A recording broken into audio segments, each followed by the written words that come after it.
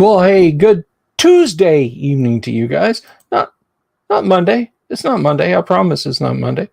I, of course, am your friend, your companion, your Guardo Camino, your road guard on this journey of hanging out and discussing classic role-playing games. And who am I, you might ask? I'm Bill Sylvie, a.k.a. the Dungeon Delver. That's right. That's me. How are you guys doing this evening? It's good to see you. It's good to be seen by you. And I hope you're all having an absolutely wonderful evening. Greetings to you all out there in YouTube land. And I just want to remind my friends from Facebook, who I hope come over here and watch, whether you subscribe or not over here, but I completely get it if you don't want to set up a Google identity or what have you. I'm only boycotting Facebook because Facebook won't tell me why 1 second of a video is enough for it to get a copyright strike. When I find that out, if it's an adequate answer, I'll go back to dual streaming. But until or unless, this is where I'm at over here on YouTube. It was not my intention to run off and leave everybody in the dust. Greetings, Jack, Photon, Mobius, Ian. Good to see you. Can't stick around currently playing this adventure. Uh-oh. Spoiler alert. Spoiler alert. Luke Skywalker successfully destroys the Death Star. Rosebud is the name of a sled. And the Indians win the pennant in Major League. But anyway, no, I completely understand. If you're playing it and you don't want spoilerifics, one thing I can tell you is tonight, I don't know how deep into the module we're going to get, because I'm going to talk a lot about my personal history with the module and explain how you can learn to play D&D with this module. With a little bit of legerdemain, with a little bit of pluck, if you're feeling froggy, how I, 11-year-old Bill Sylvie, used this module and this module alone to learn to play Dungeons and Dragons. Of all the books that I could have picked from the massive display of modules and rule books and everything, I got the one adventure that contained enough stuff for me to just begin to grok how to play D&D. And we're going to get into that. Luther, would you say I'm the Ayatollah of rock and roll?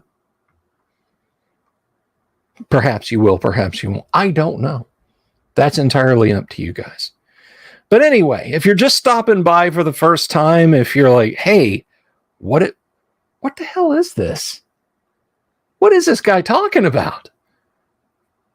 Well, we show up here every now and again in the evenings. We talk about classic role-playing games. Dungeons and Dragons is a lot of the main thrust, but we talk about other stuff. I've got other role-playing games things. It's okay. It's all right. You don't have to go. No.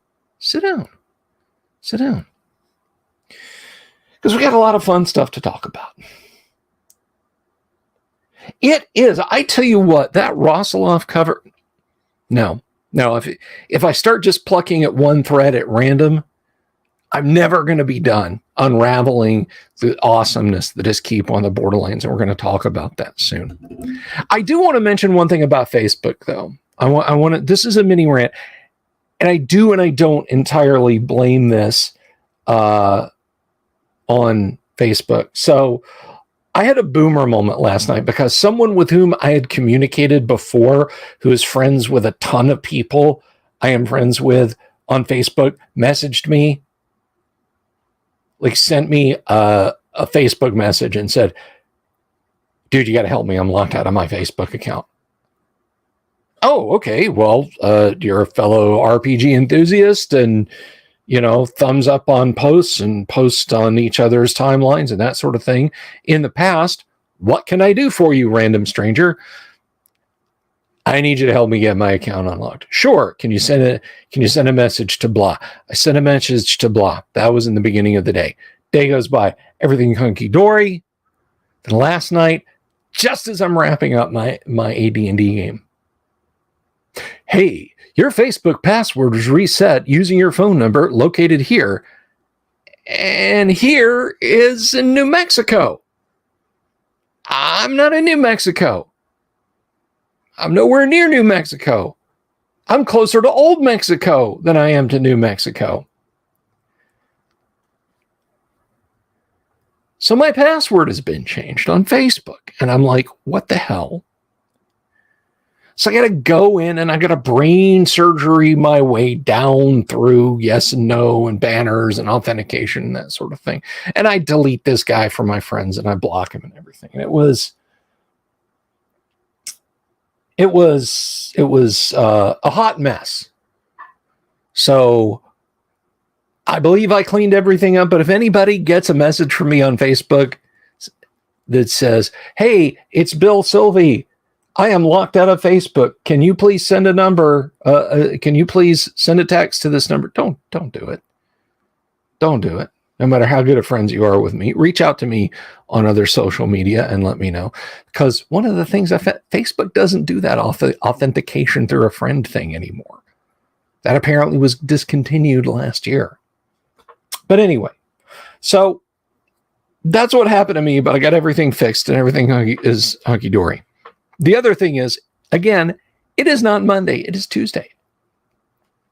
That's what you get for copy pasting things, for having things. I'm just going to have a convenient notepad here, and then I can just kind of go Mad Libs and fill in information and then copy paste. I didn't change the date. So I had to rush around and fix that. But anyway, Bill who? Exactly, Mobius. I don't know.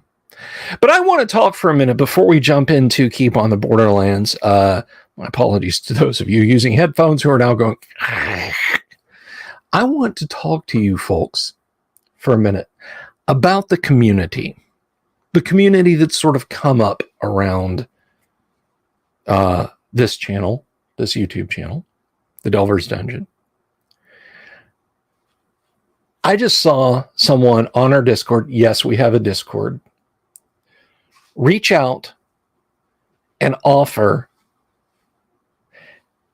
a set of basic and expert books. It's just serendipitous that I'm wearing this shirt. Let me see. Can I do this without knocking stuff off? The answer is no. I can never do this without knocking stuff off.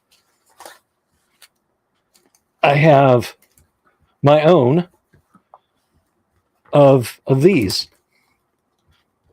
One of these is falling apart, so I have to be careful taking it out. But yeah, somebody in our Discord was talking about not having originals. So somebody in our Discord says, oh, here, I've got some spares. You can have these. That's the kind of community we've got around here, guys. The kind of giving, awesome community. And you know who you are. You know who it was. What did that awesome thing? And I just think that's fantastic, you know? This isn't internet blood sports. We're not at each other's throats. It's people who enjoy a hobby, who do awesome stuff for each other to help keep the hobby alive. Because we were talking about the fact that, you know, WotC does what WotC do, and it doesn't necessarily benefit those of us in the old school part of the hobby. Todd's got to bounce. Wife got home and gave me marching orders to get supper. We'll be back later. Well, we hope to see you, Todd.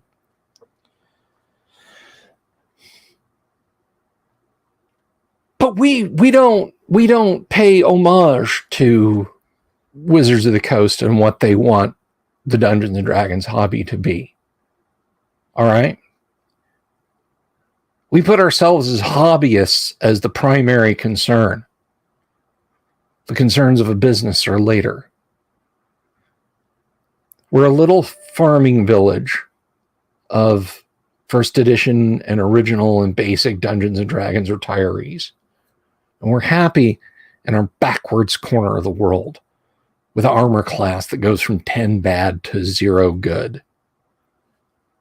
I'm not going to break my jaw trying to explain why that is at this particular time and place.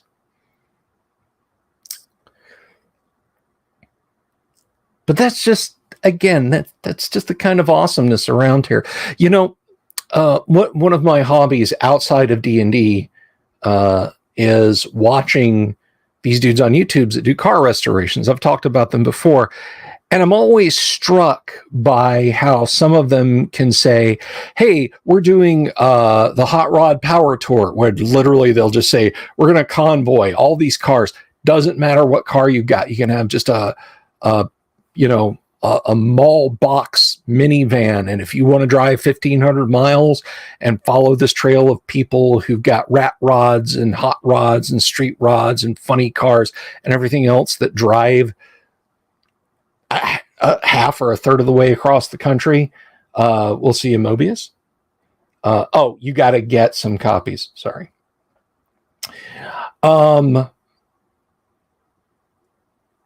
So they'll do this, and the guys with like the homemade kit cars, like I pulled a 71 Charger out of a junkyard. It was like this high. It was like squashed down to this much. And then over the course of 10 videos, they like completely rebuild it. They got a car that'll go 300 miles an hour now. But handmade cars, stuff will break on them. And they might mention this on a video. And they're saying like, well, we're in, Tuscaloosa, Alabama. We're 600 miles into a Hot Rod Power Tour. And the alternator on my big block Chevy quit. And then in the next video, they're driving on and they'll say, our fans reached out to us and somebody got a hold of me in this area and brought me this. We have that same thing going on here. We have that same vibe going on here. Right? And that's awesome. I love it. I friggin' love it. We built that same sense of community. I don't know that those guys would ever get that. Although I will say one of them, a cat whose YouTube channel is Thunderhead289, is this close to being one of us. He 3D printed a carburetor adapter and ran his, he's got this completely clapped out 70s Ford Maverick, and he 3D printed a carb adapter for it and then did a computer controlled EFI system. He hand built the computer. I don't mean he went and got computer parts. I mean, he went and got discrete logic and bare PCBs and soldered together a computer to handle the fuel management for the car. It's nuts. He's as close to being a D&D geek, I think, as we get from those channels.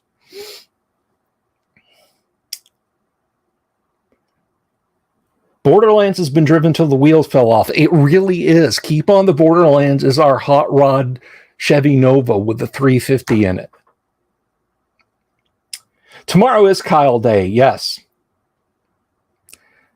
So Captain of Starship HMAS Vegemite. But anyway, I just wanted to share that bit of awesomeness that our community is capable of. And I don't expect anything from anybody. All I ask of anybody, all I ask of anyone is if you're stopping by and you like what you see, click the subscribe button, click the bell icon for notifications. And that's really it. And if you want to contribute in a physical way,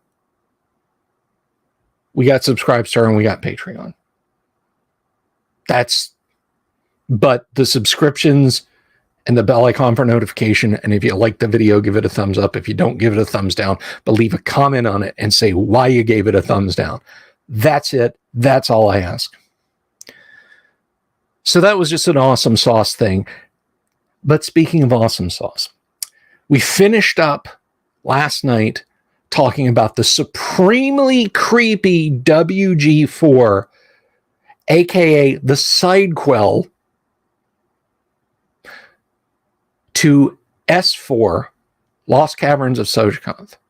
And WG4 is, of course, Forgotten Temple of Tharizdun. So we're starting a new module deep dive now. And it's appropriate that we're starting this particular module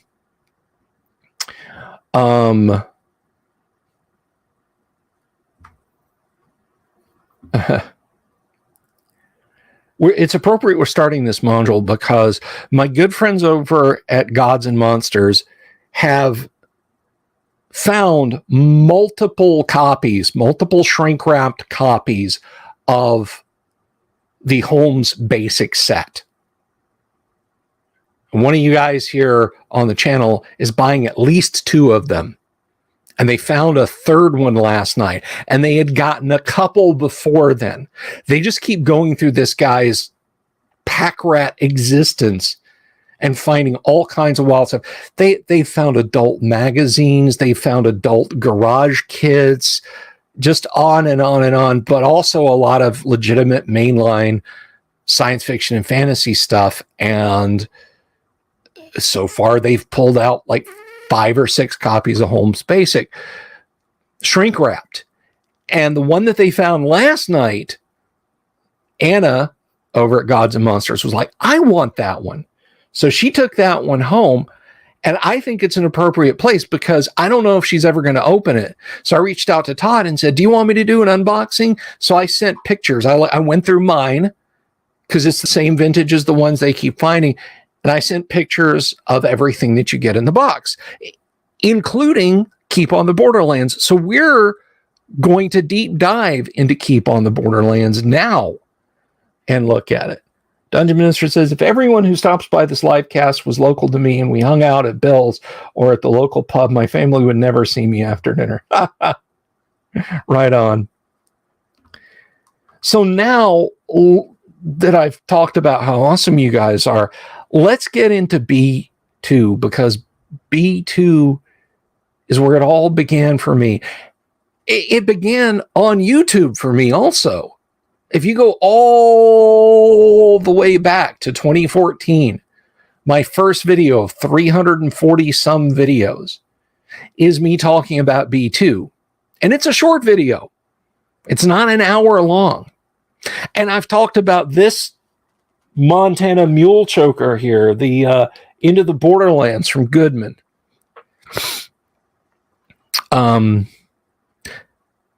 Now, there have been many printings of Keep on the Borderlands for slightly different editions of Basic. The one that is for Holmes Basic was the one that I got.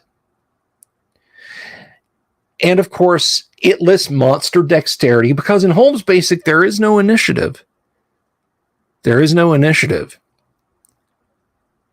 You compare the dexterity of the monster or monsters against the dexterity of the party members. Well, the highest. So it might go, your fighter has a dexterity of 16. The monster has a dexterity of 13. Everybody else in the party has a dexterity of 11, 9, 9, and 5. So it'll go fighter, monster, and then the rest of the party. And only if there's a tie do you roll a d6. Holmes was strange that way.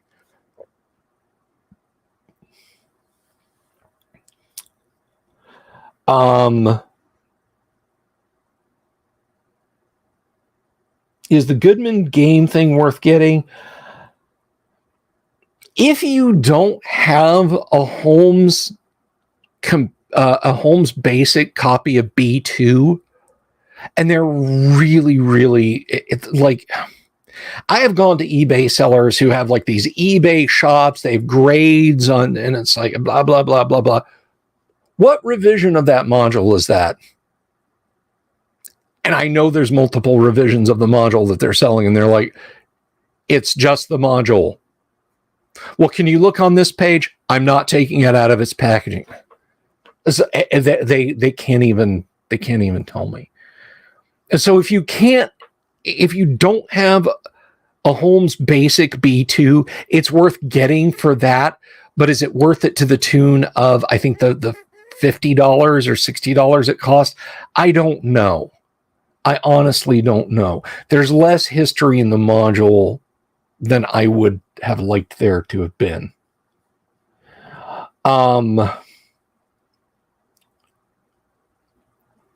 But my copy of B2 was the Holmes Basic, and I got to see if I can find a PDF, because as we explore this thing, I want to show you guys some of the art differences in some of the various editions. Like this PDF I'm going to use tonight, which I think is the official WotC one, is not a Holmes Basic compatible one. I think it's for later, like Tom Moldvay edition D&D. So it's going to be a little bit different. So let's, without further ado, though, and me bloviating about art, we're going to dive right into this. I'm going to make sure that this is the only thing on the screen before I add it. Yes, I love how no matter how long you've used the new Adobe, when it opens a PDF, it's just like a strip of advertisements down the right-hand side.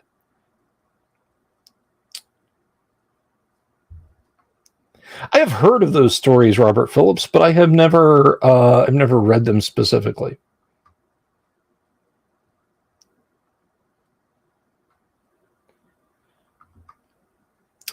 All right, so share. And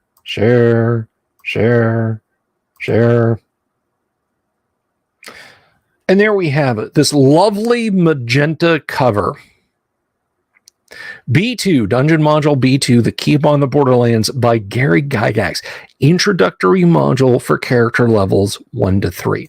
So when I dragged my parents to the toy store when I was 11 years old, I was just getting into Dungeons and Dragons. And this said introductory module for character levels 1 to 3. I had a vague idea of what a character was, but levels 1 to 3 seemed like a good entry point. And introductory seemed like a good way to get my feet wet. But this art, this cover art by Jim Rosoloff, look at this. And I don't think this does it justice. I think the colors are a little washed out on this, even though this is nice in 1080p. Hail Michael Connor unbreaded. But I always loved this.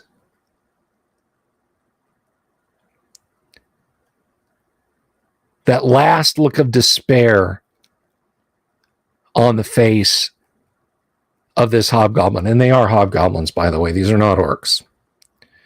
As he takes an arrow to the chest from the obvious elf.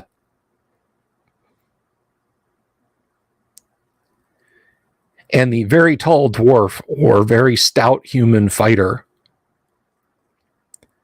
going toe to toe. The ferocity on the face of that one and this one, perfectly matched, 3-on-3. And this desolate background here, some strange purplish gnarled trees. Jim Rosoloff captured that low-level adventure feeling. There's no spells here. There's no mystical beings. There's 3 human and demi-human adventurers fighting with steel against these monstrous beings in some forsaken land.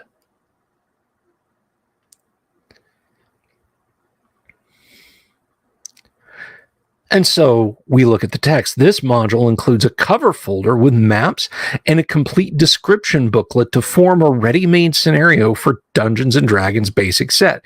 It has been specially designed for use by beginning dungeon masters so that they may begin play with a minimum of preparations. Well, hallelujah! It's for dungeon masters. They can begin play with a minimum of preparation. Clearly, this was all I needed. Within are many features to aid novice players and dungeon masters, legends and background information, a list of adventure and characters, tips on how to be an effective dungeon master, plus an interesting area for characters to base themselves in, the Keep, before setting out to explore the Caves of Chaos. The Keep, Caves of Chaos. Love those hard consonant sounds. Very alluring to me. I mean, this whole cover is marketing genius. It's got a starburst design on it. Special instructional module. This thing, I know TSR, even in 80, when this version came out, 8081 was still a smallish company. But honestly, you could not find a team of designers today who could put together a stickier trap for imaginative, open, youthful mind to get caught in. All the visual elements are there. The striking color that just pulls you in. The terminology, special instructional module. This will teach you how to play. I've heard it rumored that 500,000 copies of this module in its original incarnation were sold. I would not be surprised if millions, plural, of copies of Keep on the Borderlands were sold. But the yellow on magenta, this scene of battle, and you can see it's got the triangular proportions of classic art.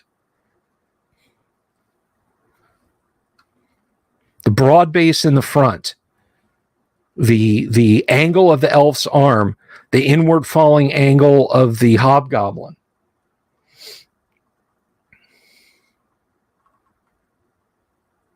So everything about this is just pure enticement.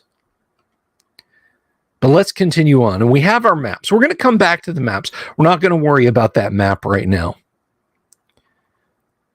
And then, oh, baby. Jim Rosloff does not relent. You've got halfling and 2 human fighters. Now we're getting into the fantastical. What is it? What even is this underground setting? These arched roofs, the stonework. Again, a classical triangular image. We've got the halfling leaning in with his spear. We've got the line defined by the shield in the top of this guy's head, the peak of it coming there at the owlbear. That is an owlbear to me. No other owlbears, like fucking Wizards of the Coast owlbears, look like Woodsy Owl with doing jazz hands. Those aren't owlbears. This is an owlbear to me. And this is forever the look of an owlbear to me.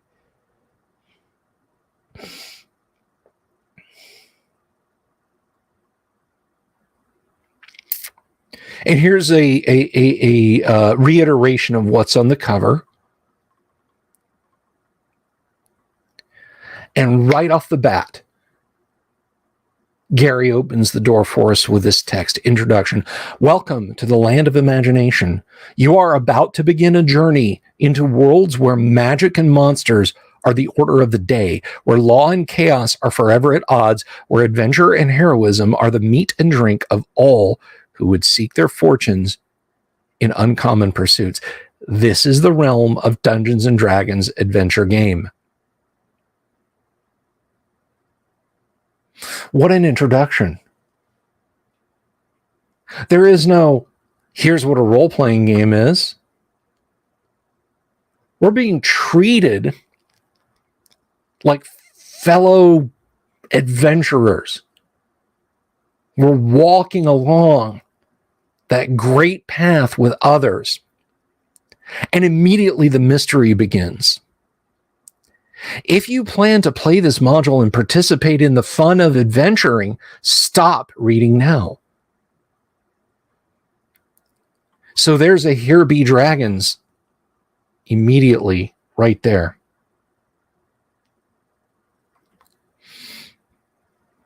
The information in the rest of this module is for your dungeon master or DM so that he or she may guide you and other players through a thrilling adventure.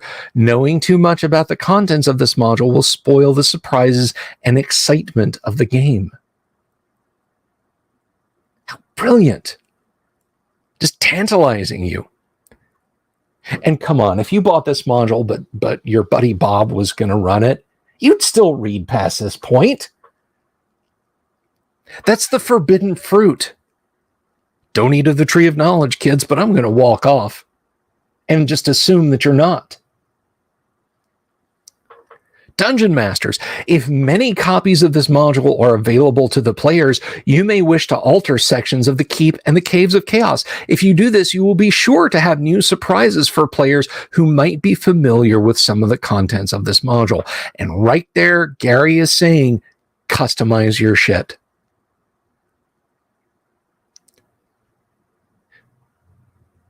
You are not entering this world in the usual manner, for you are setting forth to be a dungeon master, capital D, capital M.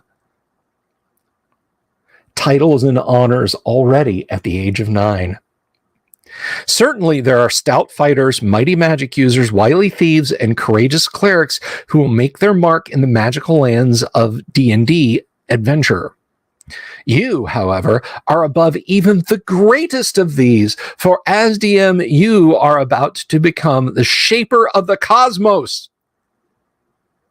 It is you who will give form and content to all of the universe. You will breathe life into the stillness, giving meaning and purpose to all the actions which are to follow. They are setting you up to be the next J.R.R. Tolkien, the next C.S. Lewis, the next, dare I say, Robert E. Howard. Isn't this thrilling, guys? No, Ian, it's not your cue to leave. Stay.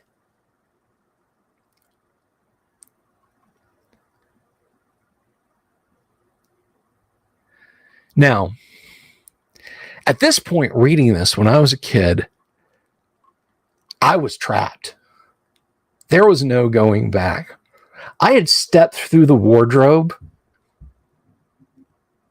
and greeted Aslan. I had picked up the ring from the floor of Gollum's cave. There was no returning to Hobbiton for me. There was no going back to England.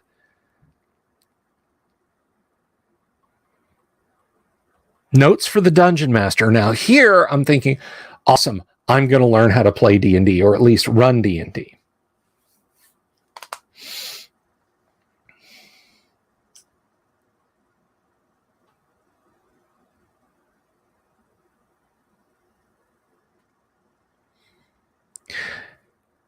The basic instruction book for Dungeons & Dragons game has given you the information necessary to understand this game and start play.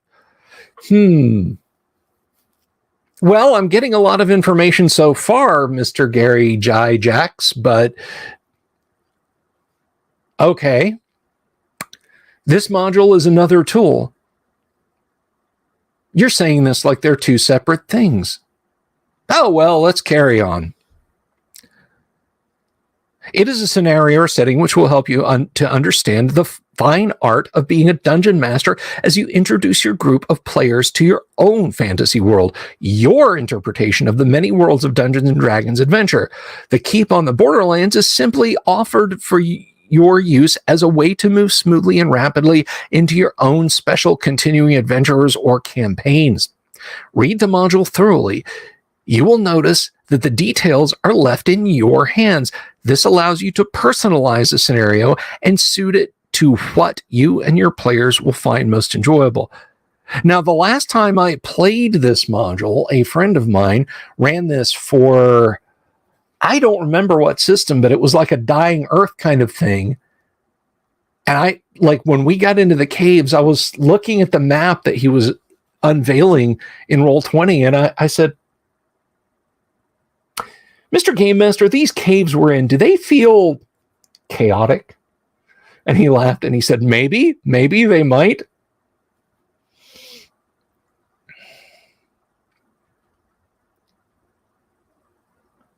See, Robert Phillips, I'm right there with you.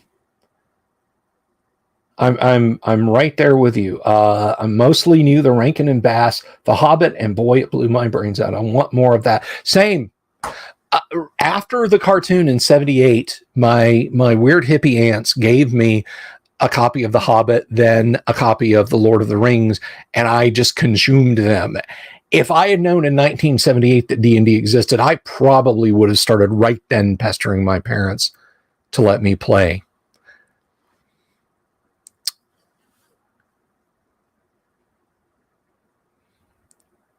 Note, several words in the following text will be followed by an asterisk. This means that the word will be explained in the glossary at the end of this module. Okay, cool. So it is going to teach me how to play D&D.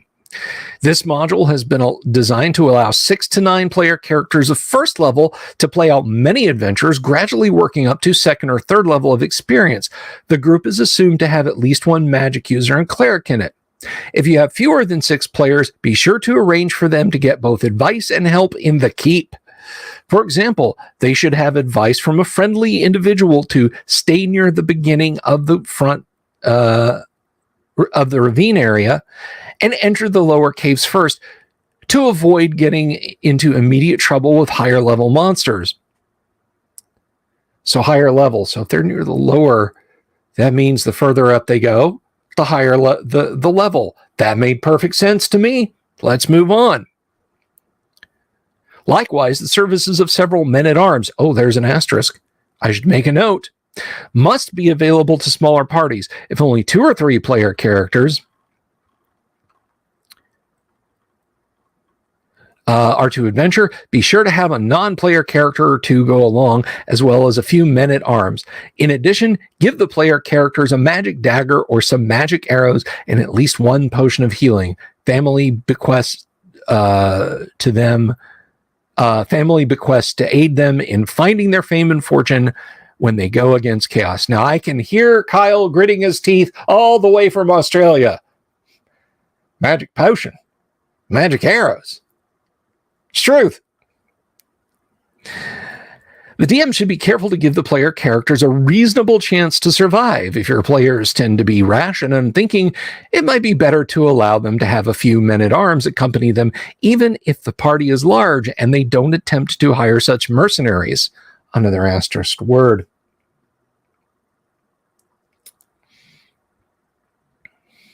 Hopefully, they will quickly learn that the monsters here will work together and attack intelligently, if able. Now, that's a note to you, the dungeon master. Don't just rush mobs into the characters like a meat grinder.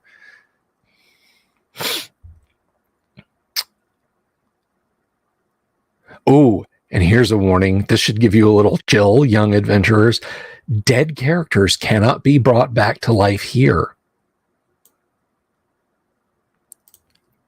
Using the keep as home base, your players should be able to have quite a number of adventures, playing sessions, before they have exhausted all the possibilities of the Caves of Chaos map.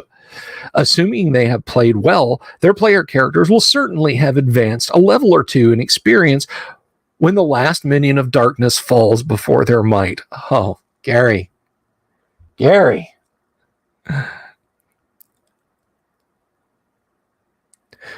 While your players will have advanced in their understanding and ability, you will likewise have increased your skills as DM. In fact, before they have finished all of the adventure areas of this module, it is likely you will have begun to add your own separate maps to the setting. The keep is only a small section of the world. You must build the towns and terrain which surround it.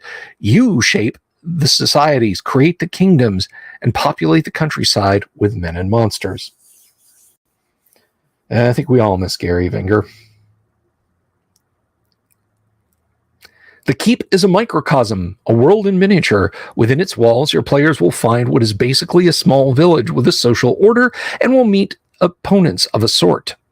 Outside lies the way to the Caves of Chaos, where monsters abound.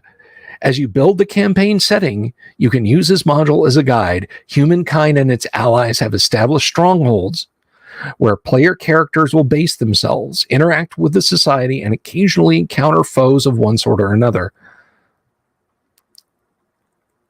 So right now, at this point, I'm hooked. I'm ready to play. Everything, it said everything I need is in here. Establish worlds, go beyond the keep, exhausting adventurers, felling monsters before their might, being the arbiter and creator of the whole world. My God, 11-year-old me was just, mind was blown. Such a great module. This was going to teach me everything I needed to know. And right here, we jump into it, the hard stuff. For your convenience, when a monster or non-player character, NPC asterisk, is described in the text, the details will be listed. Armor class, /level or hit dice. That was a little strange. Hit dice? Hit dice. The dice I roll to hit? Hit points, number of attacks per round, damage per attack, movement per round, save as class and level, and morale. And then there's all the shorthand for same. Class and level is only used for non-player characters, while hit dice is used for all other monsters. Movement in a game turn is 3 times the movement given for 1 combat round. NPCs save as the same level as their class level of experience. Getting a little fuzzy here. Starting to get into the weeds, but I'm sure this will be explained later in this book. Example, Taverner, armor class 9, level 0, hit point 6, number of attacks 1, damage 1 to 6, morale 8. Guard, armor class 4, fighter 1, hit point 7, number of attacks 1, damage 1 to 6, morale 10. Kobold, armor class 7, hit dice, that's a bit of a typo. He doesn't have V2 hit dice. It's supposed to be 1/2. Hit points 3, number of attacks 1, damage 1 to 4, move 40, save normal, morale 6. Number of AT. 1/2 indicates that the player may only attack once every 2 rounds. An asterisk after hit dice indicates an experience point bonus. Determining armor class. All right, you punks, you flatfoots, you pencil neck geeks out there who insist it just makes sense. An armor class 15 is what you need to roll to hit. Get out of here, okay? We had descending armor class for 30 years, and it worked just fine. It worked just fine.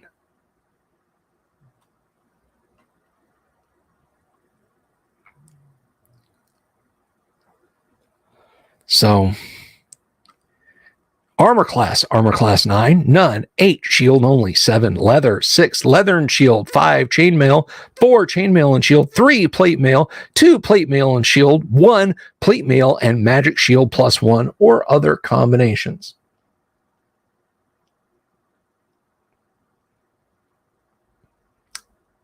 Luther says, I'm sure a whole bunch of rule mistakes were done by the introductory player /DM, but I bet everyone was having crazy fun anyway. Yup. First class is better than third. Yeah, that's... Would you rather be a first class person or an 8th class person? I know what I'd rather be. Using the combat tables. To find the die roll needed to hit any armor class, look at the How to Attack section in the D&D Basic Rulebook. Compare the level of a character or hit dice if a monster with the armor class of the target to find the number needed to hit. For armor classes lower than 2, adjust the number upwards. A character needing a roll of 17 to hit armor class 2 when they need an 18 to hit 1, 19 to hit 0, and so forth. Unless magic or silver weapons are needed to cause damage and not available, a roll of 20 will always hit and a roll of 1 will always miss. Now that right there, plus the tables in the center, are what made this my instruction book for how to play Dungeons and Dragons. Now, we're going to get into the meat of this module, the contents of this module very soon, I promise. But I want to take off from here because, well, there's a little bit more nuts and bolts stuff. So we have movement and combat. Wasn't really sure about encumbrance. I knew what it was, but wasn't really sure about it as a game mechanic. Like, how was encumbered or not encumbered? It explained how dice worked. D number, D4 means a 4-sided die, D6 means a 6-sided. 2D6 means 2 6-sided. It made perfect sense.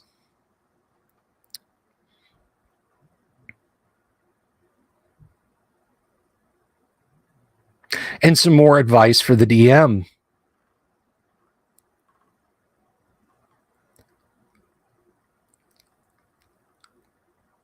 And I love this. This is such a great little paragraph here. If all of this seems too difficult, never fear. Just as your players are learning and gaining experience at D&D play, so too will you be improving your ability as a DM.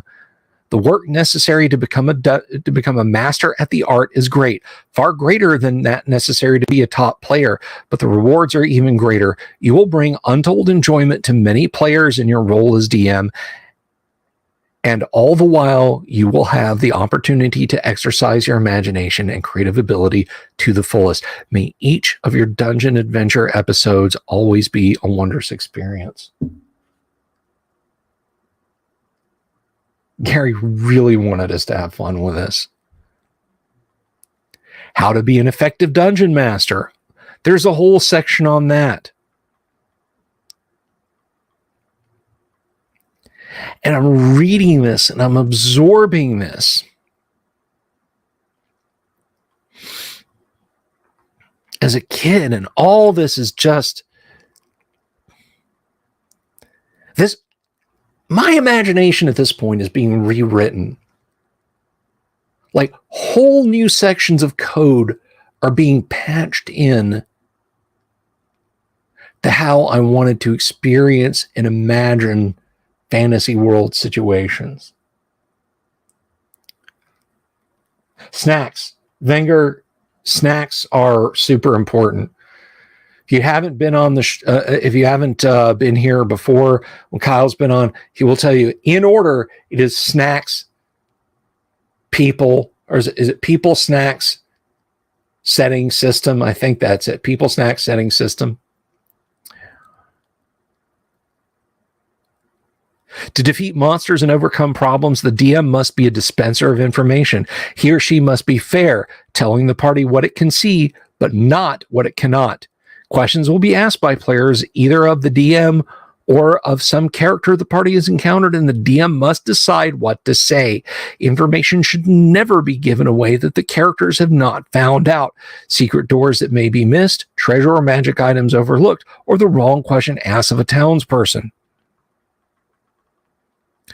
Now, I will point out a couple of big mistakes that I made. As we go into time, Gary was very serious about players understanding time.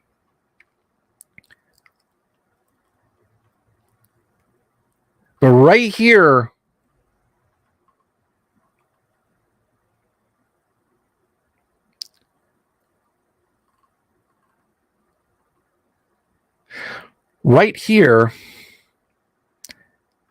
is kind of where the wheels fell off for me. And that is dividing treasure and computing experience.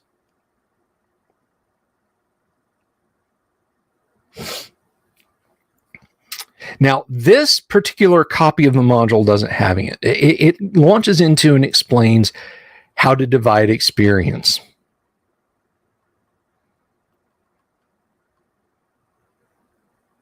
And I'm like, okay, this makes sense. But in my copy, it says experience points are awarded by the DM to player characters on the basis of non-magical treasure recovered and monsters killed or overcome. Experience points for recovered treasure are calculated at 1 experience point for every gold piece worth of non-magical treasure. Experience points for monsters overcome or killed is calculated by using the experience points for monsters chart in the Dungeons and Dragons basic set rulebook. Now, the Holmes compatible version of this references a page. I said, okay, this seems very important. I'll go to the page, which I want to say it was like page 39 or something. I don't remember where, but I'm flipping through my copy.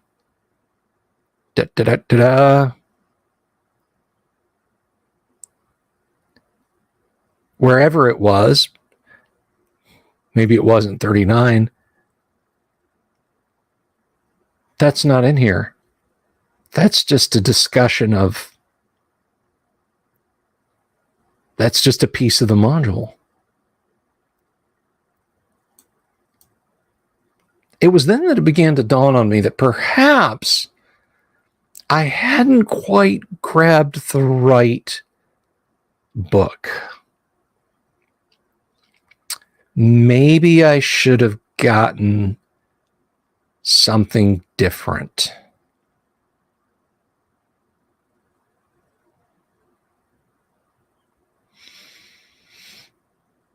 So, dang it. I've opened this up. I've colored in my dice. What do I do?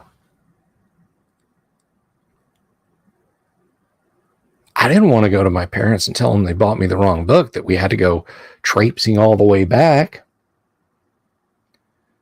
I didn't even know if they would take the book back. What do I do? And it's so cool. And I don't want to just give up.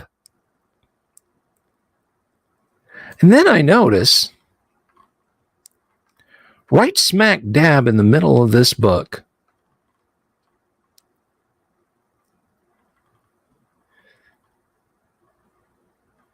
there's these. Near the map of the keep,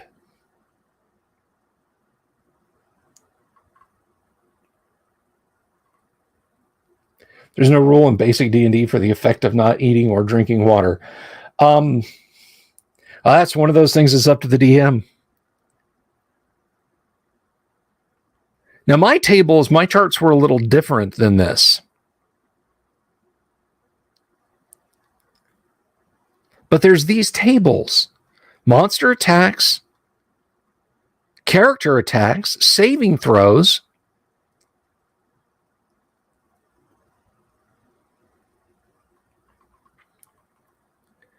equipment cost,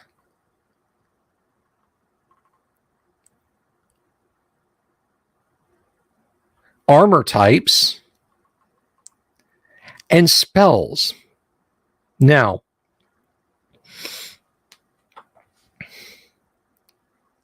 we've already been told how to look at those charts and how to use them.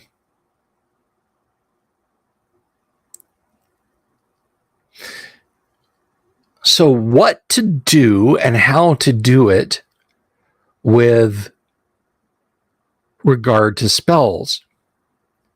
Well, let's look at the spell Charm Person. That makes sense. I mean, you'd be very alluring, very appealing. Detect Magic. You could tell if someone was casting a spell on you. Tensor's Floating Disc. Again, this is a little different from mine. It wasn't just floating disc in the Holmes version. It was Tensor's Floating Disc.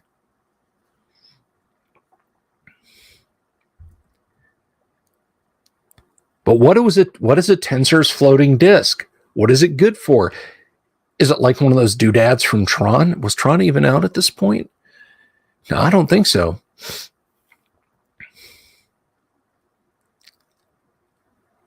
Hold Portal, that was a bit of a head scratcher. What would that do?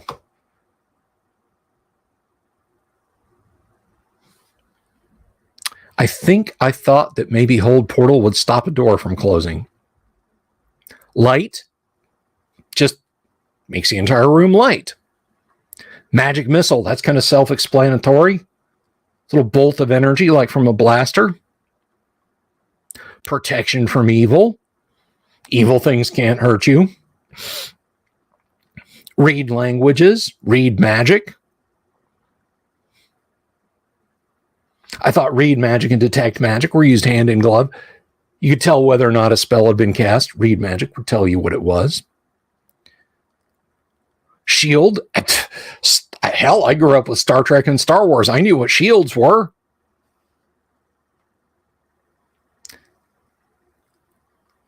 Sleep? Well, I mean, I guess you'd cause things to go to sleep. Ventriloquism, that's self-explanatory. Second level spells. Continual light. Well, if light would light up a room you were in, continual light clearly would go with you. Detect evil, detect invisible, ESP, invisibility. Knock, well, clearly that would pound on a wall. To what end? I don't know. Seemed to make sense. Levitate, locate object, mirror image. Phantasmal force just was a complete head scratcher. Web, that was like Spider-Man. Obviously, you could shoot a web and wrap somebody up or make a rope and cross it. Wizard lock, if you wanted to hide your treasure from the party, you could put it in a box and make a lock that only you could open, which is, I mean, come on, that's pretty close, right? And then third level spells, dispel magic, fireball, and fly. Dispel magic, you can't cast your spell. I make your spell go away. Fireball, big basketball-sized fiery thing. And fly, well, you can fly like Superman. Now, as I recall, my charts had no alignment in them. I was like, what is alignment? Didn't make any sense to me.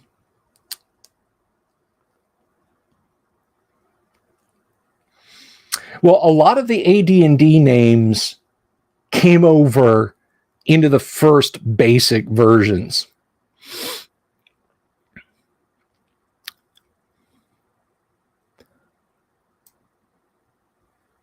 Turning undead, I mean, that was on its face self-explanatory. But most of this I could kind of suss out. Most of this I could figure out. So, I knew how to read the combat tables, roll a d20, consult the combat tables. I knew more or less how these spells were supposed to work. Clerics versus undead. I'd seen enough Hammer horror movies. I was onto what they were saying. Armor class made perfect sense. And here were wandering monsters you could bump into. Didn't know what most of them were. Really wish I had my Holmes version of this scanned.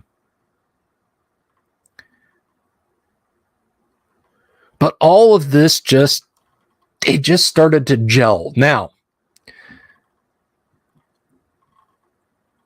with these tables, the advice in the front, and a whole lot of imagination on my part, I was able to start filling in the missing pieces and sorting out exactly how to play D&D well enough to at least run this module. My first two victims were my sister Beth and my buddy Tommy from up the street. Now, when we sat down to play, we're almost at the bottom of the hour, so I'm gonna tell you these two funny things to kind of wrap up. I learned to play D&D, and then we're gonna get into some D&D, and I've got a little bit better hand on it back than I did then. And then we're going to look at the glossary and so on. But so the players always went first. The players always attacked first. When the monsters would attack players, if the players got hit, they took a point of damage. If the players hit the monsters died. I was a very nice dungeon master. That, and I just laid that dungeon map out flat so everybody could see it. And when the players would be going through a room, despite what it said in the front of the module, I figured, hey, we're all just learning how to play D&D. I can be generous. They pass a spot, and I'd say, now, you guys want to search over here because you see that S, that's a secret door. You want to find that. Oh, okay, I'll go over there and find the secret door. You find the secret door. And so it went. I'm not that generous anymore.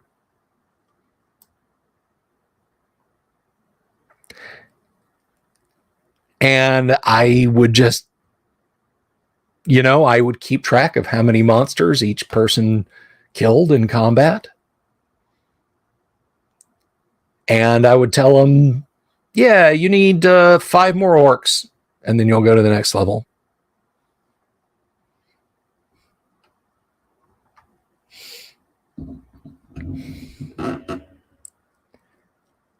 And so it went. So it went as my party played this adventure. And that was all we needed for the first year or so that I played D&D. So we're going to look at some more bits of this module before we get into the meat of it. I think we're going to look at character creation. I know this module doesn't tell you how to create characters, but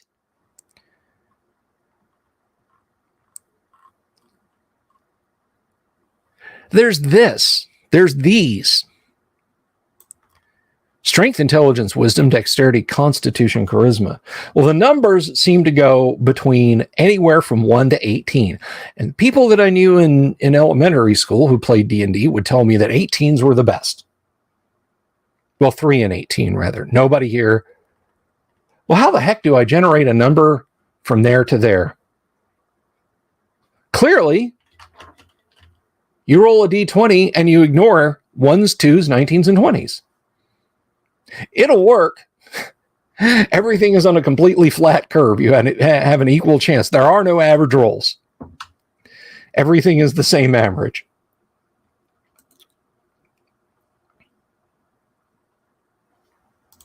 So that was how we made characters.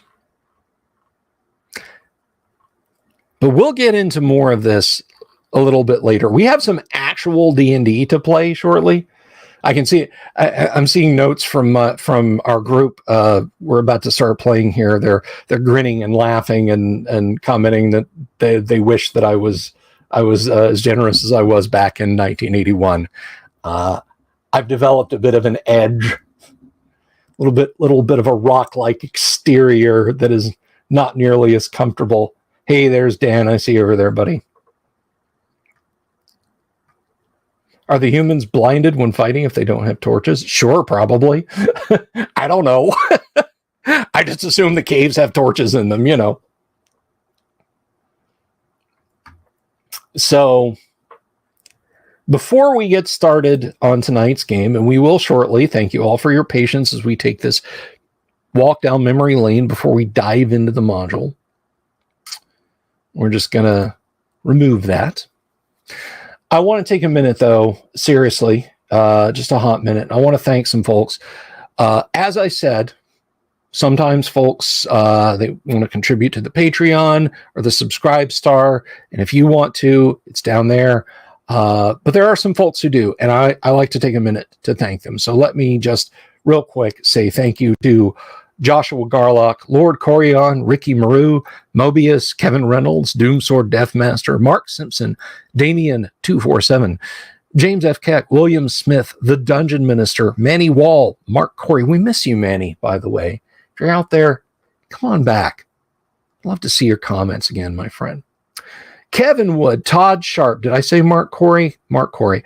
Carnivore Farmer, Rob knows I can't say that, Gillis, Jeremy Rule, Boganora, Mikey Mank, the Sky Hernstrom, and Pete Sullivan. Thank you all so very, very much for contributing to the ongoing success of the show. I absolutely appreciate it.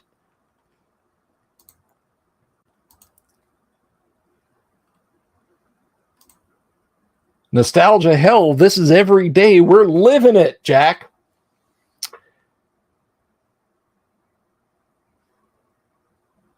Sure hope somebody's going to play a ranger to help with monster surprise attacks. All right, so I'm going to put my headphones on here, and we are going to welcome in our group tonight. Now, because I have kept them waiting long enough. So, straight out of the green room, let us welcome Mark as Abner, Lynx the Fighter, TK as Sir Outlier, the most mathematically named character in the party, and Doomsword Deathmaster as Turgo the Mighty. Good evening, gentlemen. How are you? Doing good, doing good. I think the biggest joke with my characters is that I absolutely hate math. Well, of course, you're a history major? Was. Well, be that as it may.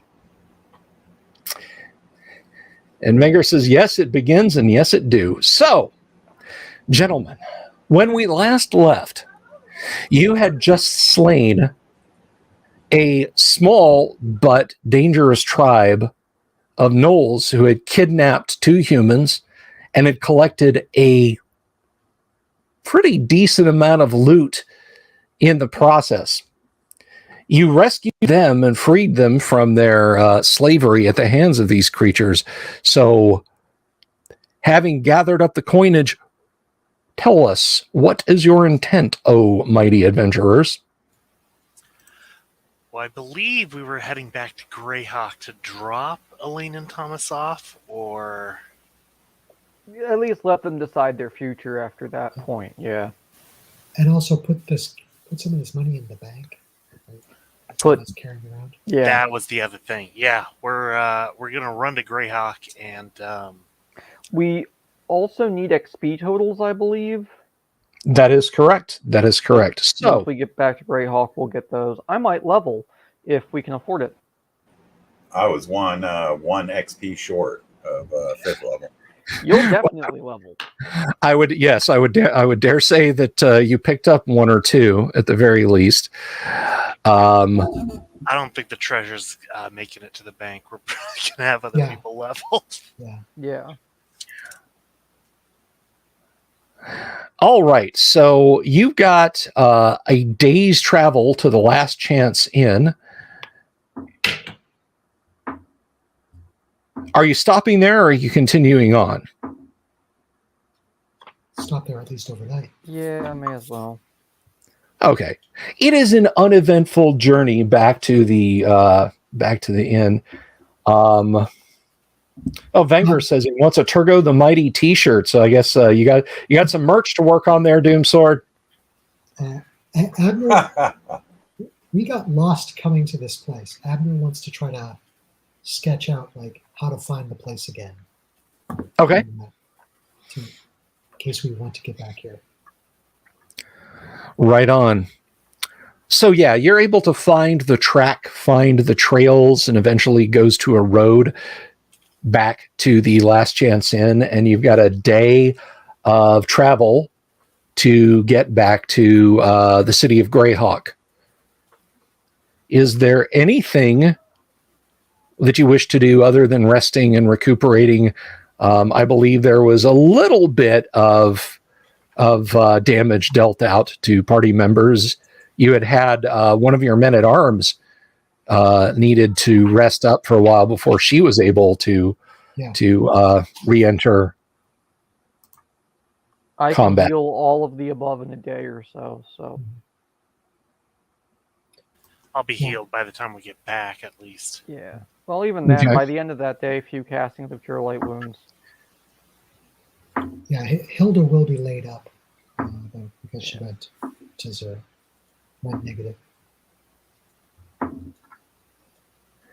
Well, okay, your journey from the Last Chance Inn back to the city of Greyhawk is equally uneventful, and you have quite the collection of stuff. Now, if the two hostages you freed, you had said something about hiring them on as camp followers, or just giving them their share of the treasure from the gnolls. And well, we already gave them the 400 gold pieces. That was theirs. Yeah. But there was some question if they wanted to come with or bail on us.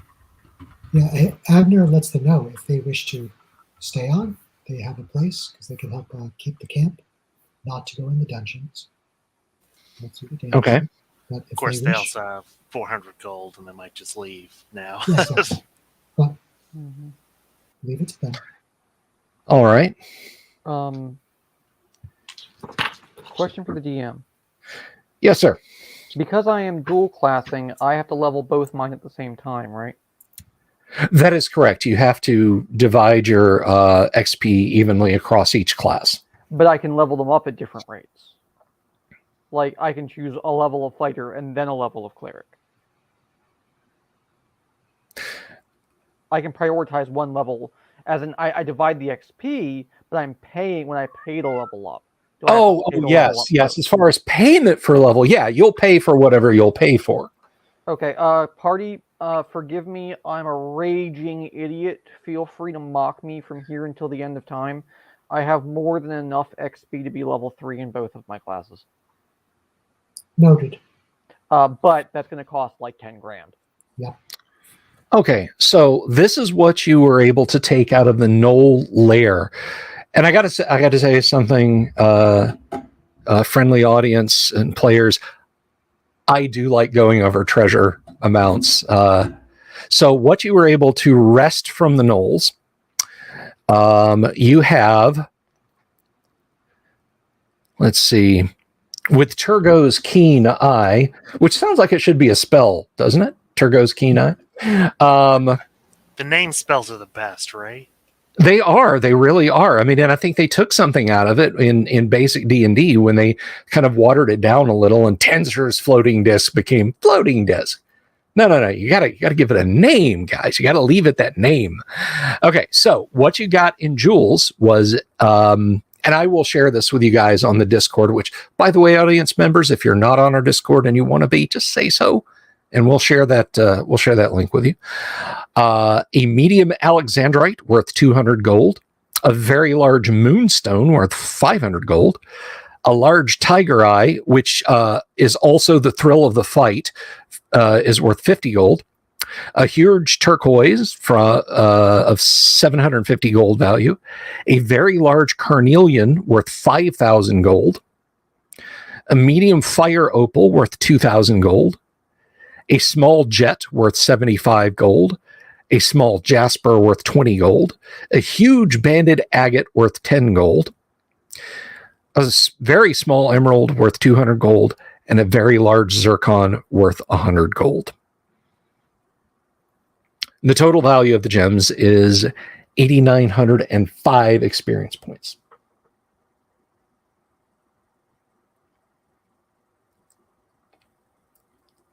So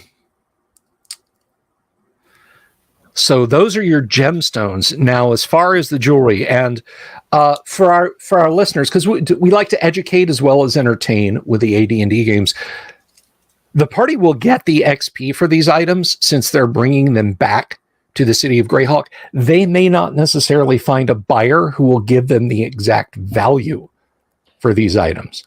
So they will get the treasure XP. They may not get actual spendable coin. So That's not XP each, that's XP total. We still have to divide it, right? Correct. So that's 8,905 for the gems. There is a bejeweled platinum ring, which Turgo estimates is worth 7,000 gold, and a bejeweled platinum choker that you think is worth 2,000 gold. There are 3 unidentified potions. And there was a small handful of, well, not really a small handful of coins. There was some coin that you also got from the Knolls. There was a lot. Yeah. Let me see. There was a barrel full. a couple of sacks It was full. like 6,000 electrum. Like a Yeah, whole stack of gold, 6,000 too. electrum, Oh, 3,000 yes, gold. I had forgotten their coin amounts. So yeah, 6,000 electrum, 3,000 gold, and then the gnolls individually had some totals of coin.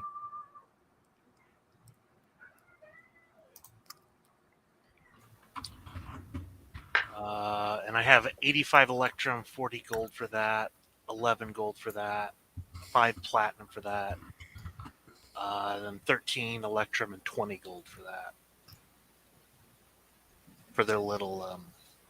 Yes, that is correct. Yep. So you have the great boxes and sacks of coin.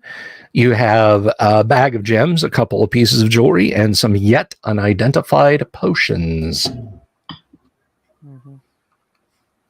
And so it would be 3 times 5,000 to level up, or 2 times, because I'm leveling up 2 second-level characters, right? So 10,000 each.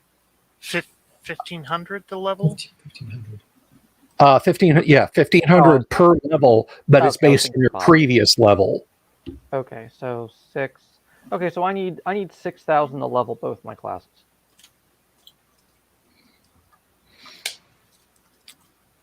So let's see here. This is one of those times, folks, when the A in advanced D&D doesn't stand for advanced, it stands for accounting. So 3,000 electrum is actually, or I'm sorry, 6,000 electrum is 3,000 gold. So that's 3,000 plus 3,000. If I take all the coinage, I can level.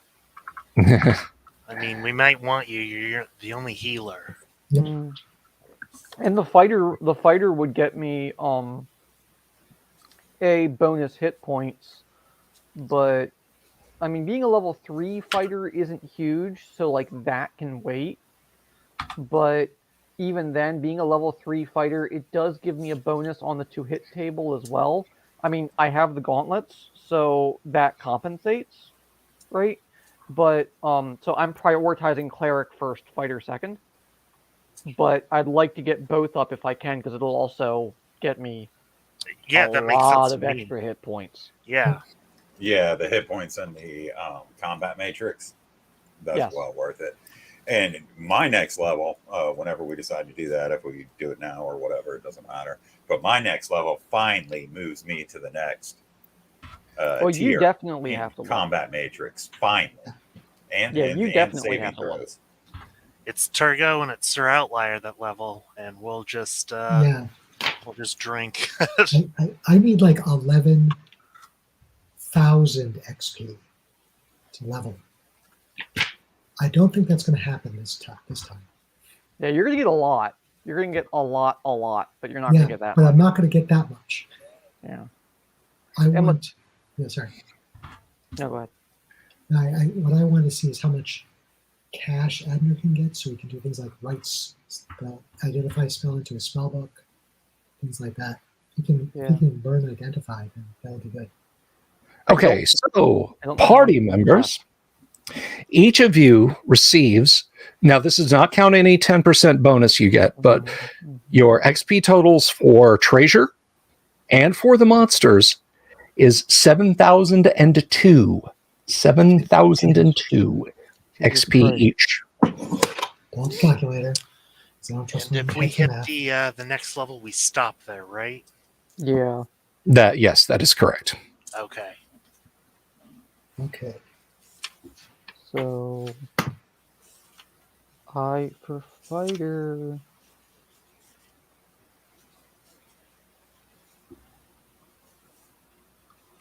So for fighter, I stop at 7,999.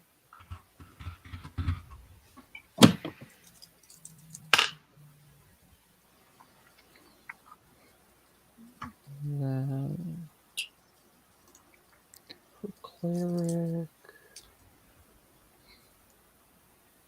for cleric, I stop at 4,999, which I'm already. No. 5,999. Okay. So all I need is 1 experience point in both classes, and I can actually hit level 4 in both.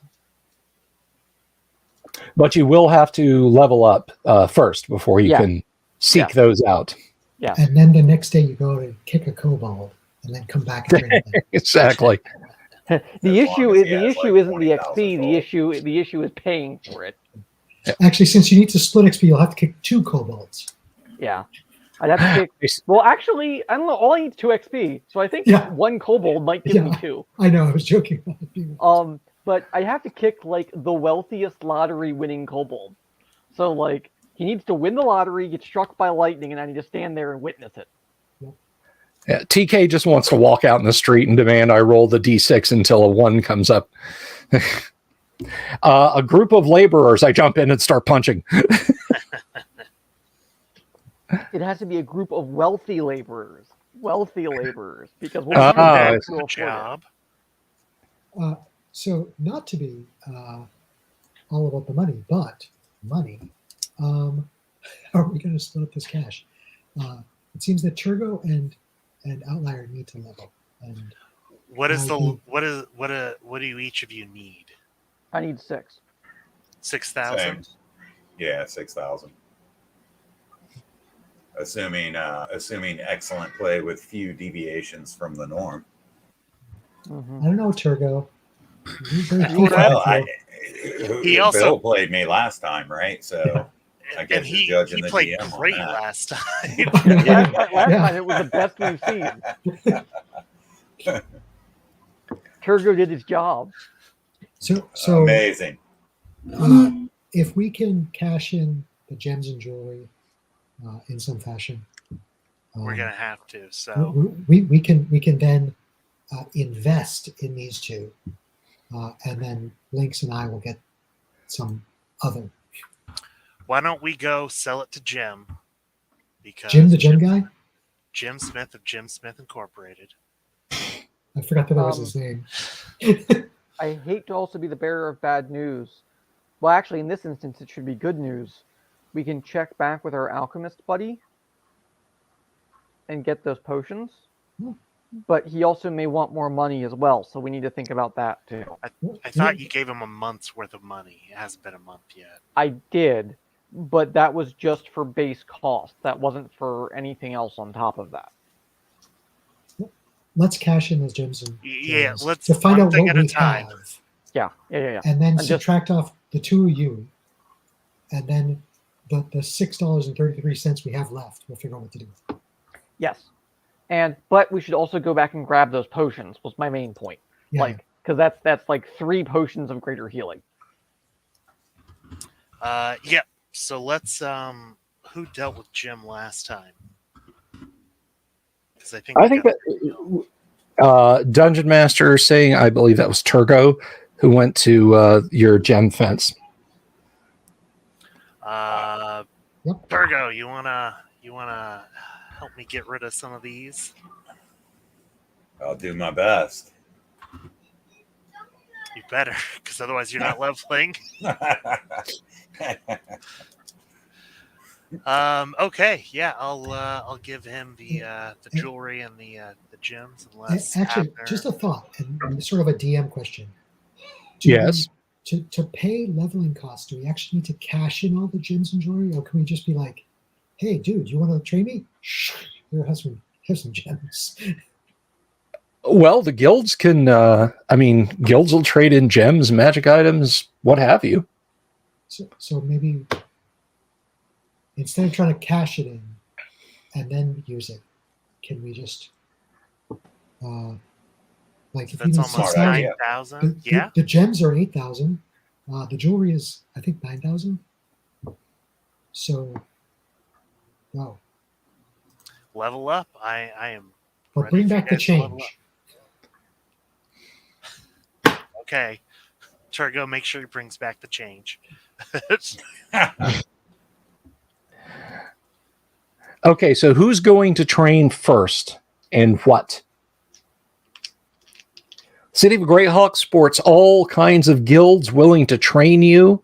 And for folks who maybe are from later editions, yes, you do have to train and you do have to pay to level. I have to train both my cleric and my fighter. All right. The church will take appropriate largesse and tithes, and the fighting guild likewise will, accept those guild fees. Yep. So, cleric is D8, yes? For hit points? I think I'm double checking that right now. It sounds right, but I literally just saw it and then scrolled off it. 8-sided dice, yes. Are you rolling for medium? And then fighter is 10. Do you want to roll or do you want me to roll it? You can go ahead. All right. And we'll take half. Not bad. 6. Okay, 6. My con doesn't give me any bonuses, so... Alright, and then, are we going to roll my hit points for my fighter as well, or no? Oh, that was total. I rolled them both and averaged. Both the D10 and the D8? Yes. Oh, God. Okay. That sucks. Well, you have a con bonus to add too, correct? No, I don't. Oh, wow. I got 6 hit points from 2 levels on a D8 and a D10. That sucks. looks Well, like I mean, that the dwarf best you would have gotten is a 9, so you get 2/3 of the way there. 2 out of 3 ain't bad. Yeah, as the song says. Sure. All right. What level are you currently? I will be 5th. Okay, so you have to spend, 6,000. Never mind. I was like hoping that someone's math was wrong. Yeah, All I was right. hoping mine was wrong. So who's going a guild leveling now? I suppose that would be me. And what do we want to do about this trading of these gems? I mean, are you going to keep gems of jewelry? Are you going to keep track of that, Lynx? I'm trying to is it keep just- tracks of it. I believe I just need the total from Kyle and you. Unless the DM throws something like, because it's in gemstones, they want more. Right. The total for me is 6K, and the total for him is 6K. Okay, Right. Pretty easy. got it. But expensive. Unless you get into something where you need like the 5,000 and the 2,000, because you're not going to break the gems in pieces. Yeah. I am now officially a swordsman and a priest. There you go. I love name levels. Level names. I tell you what, guys, out there, audience members, if you're not familiar with it, or even if you do play classic D&D, but your dungeon master doesn't use level names, first of all, level names are awesome, and second of all, encourage your DM to use them. They're great. They are great. They add a flair, a zest, if you will. Yeah, I don't like being called a superhero, though, so nobody call me a superhero. That's freaking You don't want a big yellow and red stylized S on your breastplate when you hit 9th level. right? I thought that was awesome when I was a kid. Uh-huh. That's And how that- I've been imagining the dwarf is just kind of in spandex. Right. Everything you always wanted, a dwarf in spandex. Keep that off YouTube. Yes, Ian, in the AD&D Player's Handbook, each level, and this goes back to original D&D, but each class has a title for every level they attain. Fighters, for example, start out as at first level as veterans. They're presumed to have been formerly of levies or mercenary armies or what have you before they became solo adventurers. And then it goes warrior, swordsman, hero, swashbuckler, myrmidon, champion, superhero, and then lord. And thereafter, you're just lord with your like 10th level lord, 11th level lord. Now, interestingly, the Player's Handbook, and I don't think this was ever created in the, or ever corrected, excuse me, in the PDF, and it's not clerics go acolyte, adept, priest, curate. The 5th level is supposed to be a prefect. There was a typo in the first print run of the player's handbook, and it was perfect. So when do I get to be called Pope? That's up to your fellow dwarfs, and not for a while. You have to go and kill the existing 9th Oh. level boat. Yeah. You also have to buy a big tall hat. Just for the sake of the YouTube algorithm, let's not talk about unaliving and pontiffs, if we can. But anyway, so they took perfect off the 5th level, but they never corrected it. So the 5th level is just blank. So if you don't have a player's handbook from the first print run, you don't know that the 5th level cleric has a level title at all. But they don't do anything, Ian. They add flavor, and it's a good flavor. It's a rich, spicy flavor, I think. But anyway, so our resident thief. So yeah, they take you in, you have to learn new hand signs, new silent languages. And like literally when you walk in, it's an abandoned, dilapidated house near the river district in Greyhawk. And a fellow bumps into you and you grab his wrist because you can feel it like slide down into your belt pouch. And he smiles and nods and says, "You're learning." So he does not successfully pick your pocket. And you have to, there's a dummy strung up in a room. The floorboards all creak, and you have to learn how to walk across those without making any sound, and then pick the pocket from the dummy, but it's draped in razor blades hanging from strings. So your lessons come very harsh over the course of a week. And you gain 3 hit points. Excellent. Thank you. All right. So what about Abner, Mark? Abner cannot level. He still needs 4,000 XP. Clearly, I need to unleash a dragon or two on you guys so Abner can level up. And finally, how about Lynx? Well, we can spend a little bit of gold in the remaining jewel wealth, and I can also level 2 because I hit 1,800. So, Okay. If people are fine, then we'll still have the gold to divide up, and I can cash everybody out if that's okay. Yes. We All need right. you to level up. Yeah. Please roll for me, DM, because you got the luck. 1. No, it was cocked. Dead even. You got a 5. Oh, that's a good number, though. All right. So, friends, I'm memorizing Hold Person, and my second spell should it be Silence, or should it be just a second Hold Person? Just keep holding those people. I'm leaning into 2 Hold Persons, 3 Cure Light Wounds, and a single Protection from Evil.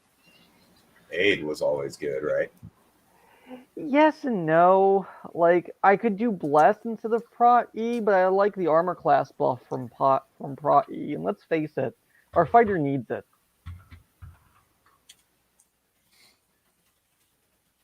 Also, I don't see Aid. I see Augury, but I don't see Aid on this list. Aid is in that That's other probably book. you, Act. Yeah.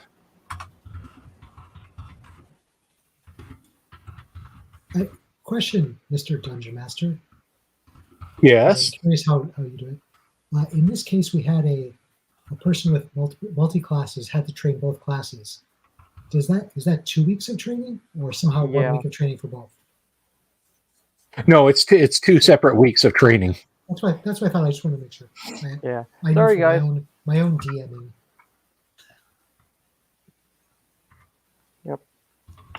You guys get a 2-week like Abner and Lynx get like a 2-week vacation, and like Yeah. the followers get a 2-week vacation. My God, what would you do with yourselves?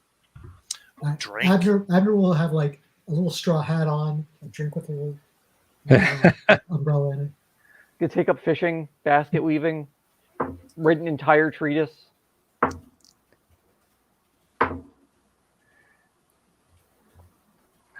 All right. So, Abner, while you are waiting for your companions, let's see, does anything interesting happen?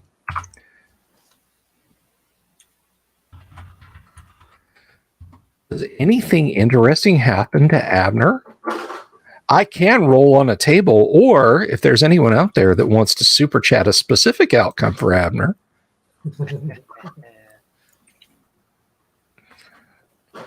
I recommend it involve dragons.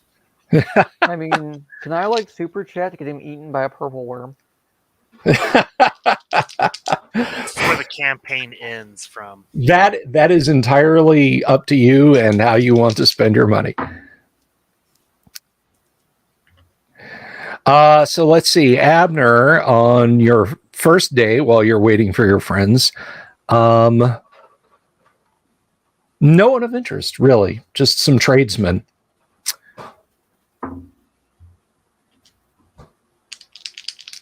I'm sorry, I said your first day. That was actually about 5 days in.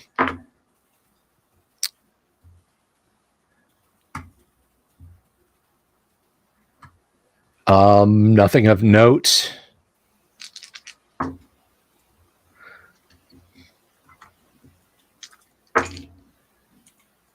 The first week passes by uneventfully, unless talking to merchants or tradesmen is anything you'd care to do.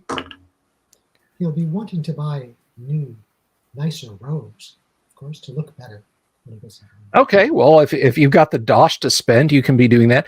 And as you are shopping at one of the finer stores, let's see. You, how much money are you looking to spend, by the way, on new robes? No more than 20 gold pieces for a robe. Okay. Which is going to be a fancy robe. I can just imagine Abner's hat getting progressively bigger as he levels. Yeah. That's how you can tell how high a level a wizard is how big and tall the hat is. Mm-hmm, mm-hmm. He casts spells like Presto too, where he just reaches in. Yeah. You need super curly shoes too, so it's like Discworld. Yeah, The more aggressive as they the curl. further and further. There is obviously a nobleman. He has a couple of guards and a couple of attendants. While you're at one of the finer clothiers in the city of Greyhawk, you said you're looking to spend 20 gold pieces on a robe? Yeah. Alrighty. He kind of sizes you up and curls his lip. You know, your robes are somewhat travel stained. Your boots are worn. You've been out in the field, so to speak. And he kind of regards you and says, or no, he doesn't say anything. One of the attendants walks over to you and says, my lord, the praetor has requested that due to a slight breeze in this room, if you would be so kind as to stand here rather than where you are currently standing. It's your boots, my lord. They smell of horse dung, and it offends the praetor's sensibilities. Well, I guess that can't be helped. But sure, I'll step aside. Yeah, and he's very foppishly, pulls a silk cloth and kind of, doesn't want to. It's looking down his boots, going, not that bad. Yeah, you don't. I mean, Yeah. if you have dung on your boots, it's certainly not visible. It's not like you were outside, like wading up and down ankle deep through it. And besides, it's the city of Greyhawk. There's dung on every street, just about. So you are, let's see, you are purchasing equipment. You are spending 20 gold pieces on a robe.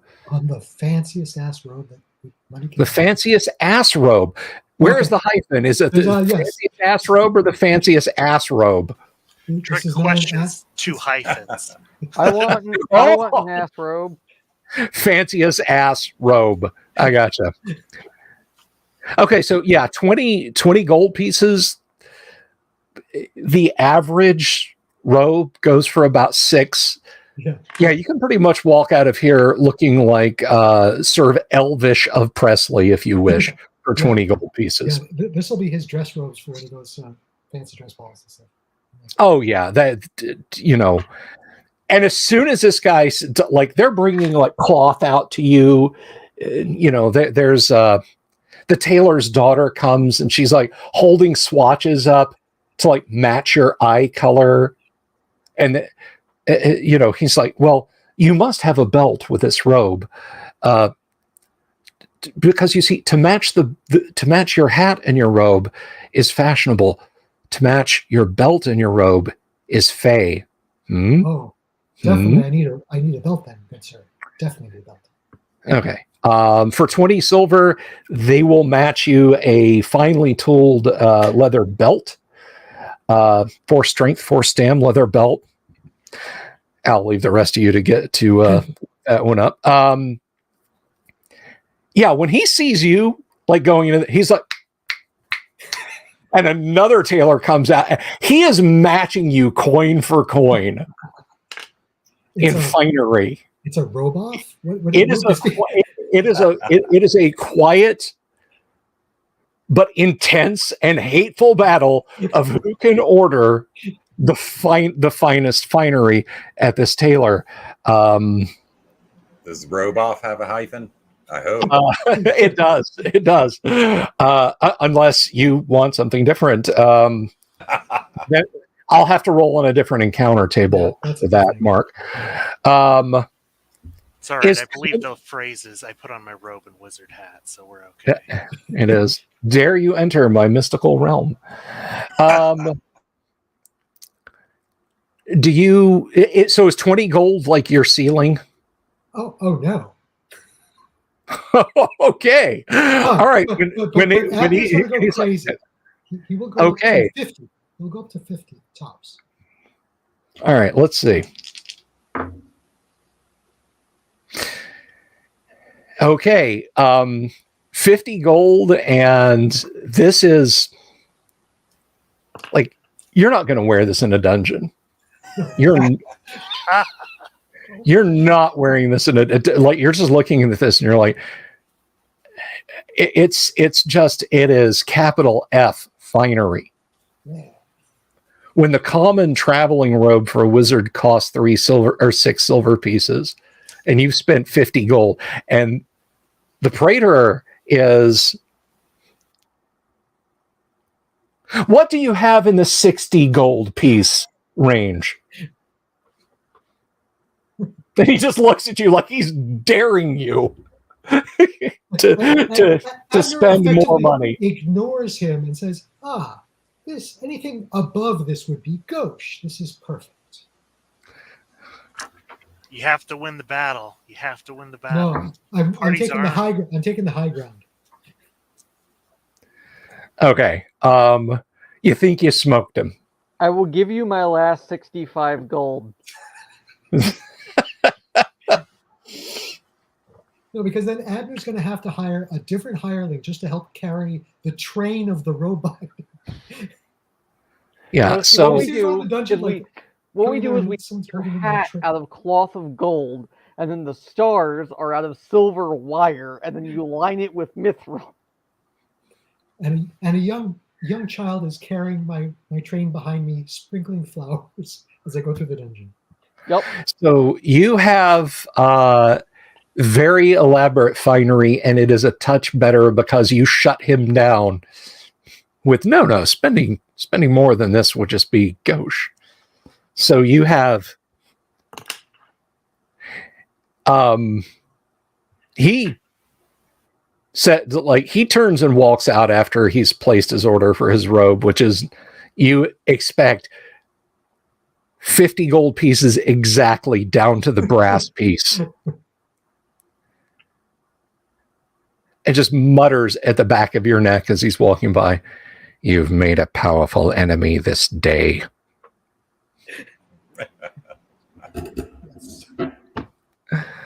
Okay. So you spend your 50 gold on your robe. The party's going to... I tossed them party's 5 gonna gold walk pieces. 5 gold Who pieces are extra you? for the robe. Yeah, the party's going to meet you at the inn like in another week. They're going to open the door, and it's just like you've got like this neon sign bolted to the top of your hat that's using continual light to blink on and off. Wizard. Right. Like I walk in and be like, "Where's Abner?" All right. Okay, so we'll just real quick.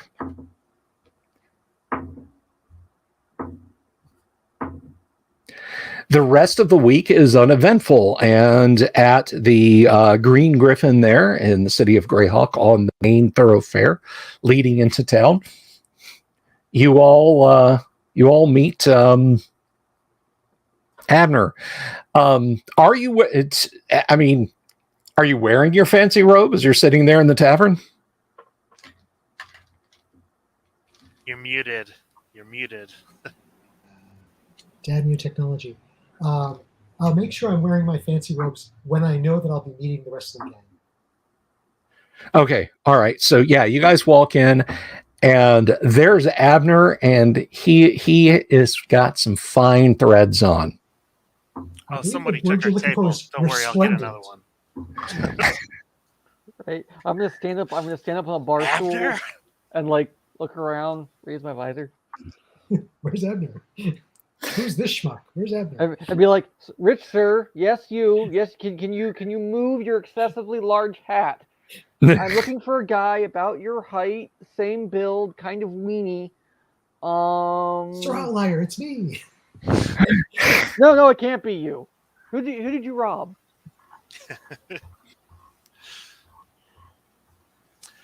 Yeah. What's with the get up? I don't think the orcs are gonna. Oh, this is Stop. not to be worn in such base locations as a dungeon. Good sir. Perhaps you should wear it in the Thieves Guild. No, probably not a I good think idea. he ended up there either. naked. I think he's wearing it to thieve some hearts, Turco. Different profession. Shall we get you a lute so you may strum it? Nah. I'll hire a musician to walk behind me. So there's a fellow who is sort of pinballing back and forth, bumping into tables, knocks into a carroted column and says, "Pardon me, ma'am, I am so sorry." He's got a tankard that's like stuff is spilling back and forth, and he's sort of careening a little bit. Give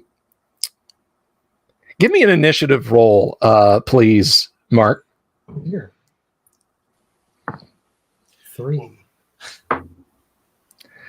Okay. You see that mug start to tip, and he is stumbling straight towards you. You're not sure what he's drinking, but it's stout to go by the color, because it's sloshing back and forth out of his mug. What are you doing? Somebody play the Dark Souls music. Crying. I grabbed the nearest thing to use as a shield, which might be my valet.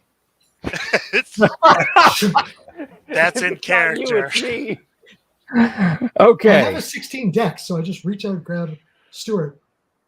Here. Your high dex and protection from Stuart gives you an ample armor class that even with that die roll means that when he plows into Stuart, you get none of his sort of fermented oatmeal smelling drink on you. And my apologies. And he's like wiping at Stuart with a filthy hand, like trying to like scrape the liquid off him. He looks straight at you and says, "I am so sorry, madam. Both of you are a lovely couple." And staggers over and collapses in a booth in the corner. I tell Stuart, "Thank you, Stuart. That was very good of you. Go upstairs, clean yourself up, and prepare my travel robes." Of course, sir. It's like, what happens? I cast Stuart.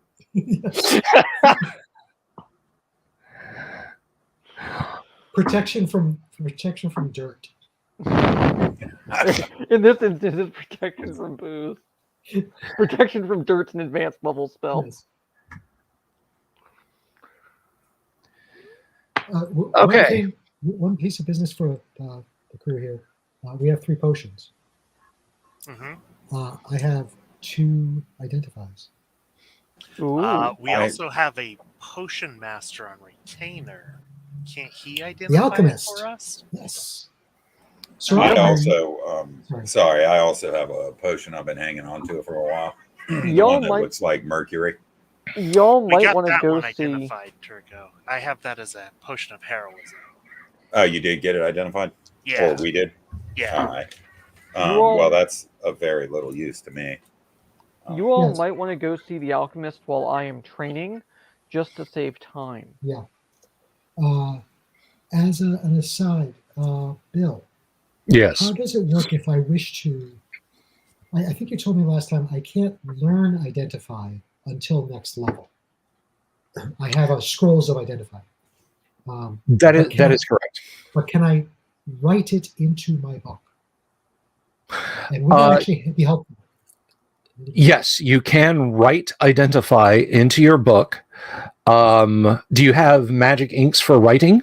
No, I would have to find out how much that's going to be and all that stuff. Okay. Good thing So, you get paid.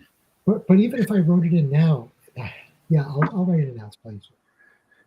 there is an apothecary in town who happens to have some of the magical inks, and he has enough for 3 spell writings, and that is 300 gold pieces. I will buy that, and I will use 4, 3. I will use 1 to and the right spell to take the scroll, one of the scrolls I have, and put it into my spell book. Okay, so to write, let us see. That is magic user 1, magic user spells. So to write, you will need. Now, if you fail your write when you're copying a scroll, it doesn't cost you the scroll. That is just a DM's house rule there. Let's see. So you may make a saving throw at +2 to successfully write. Oh, I failed with a 1. Oh, no. Okay. Shots fired. Yep. Okay. So you will take 2 points of damage. Oh. As you're like, you're sitting there penning away, and like, is that an R or is that an N? I can never tell those. It must be an R. Blam!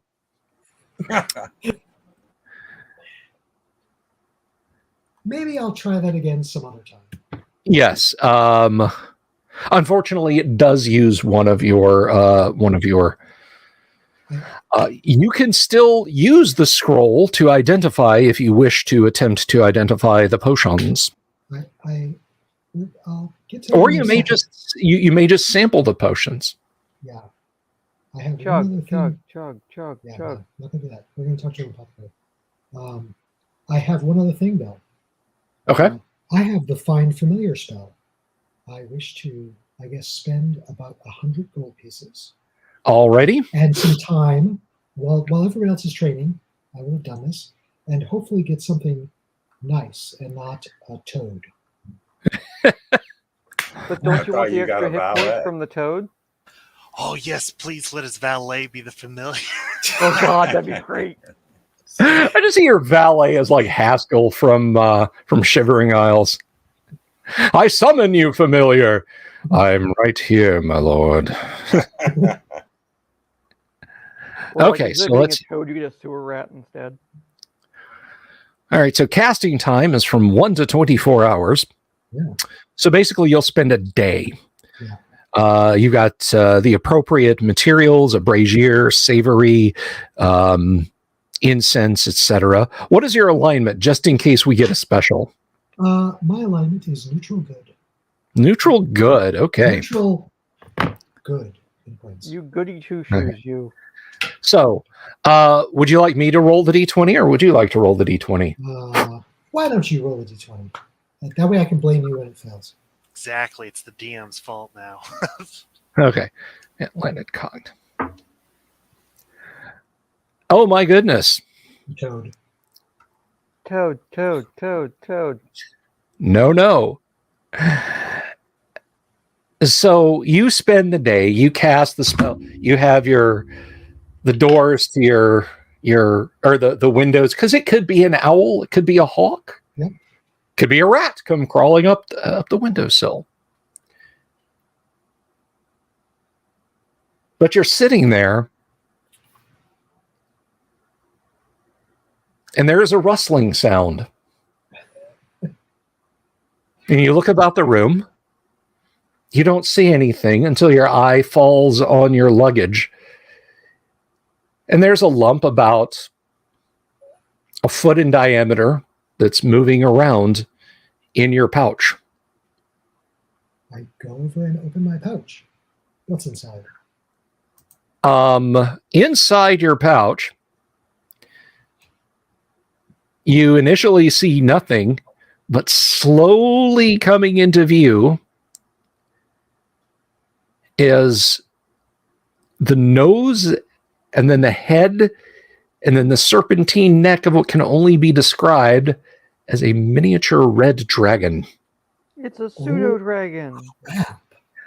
This is a rare one, but you got one, my friend.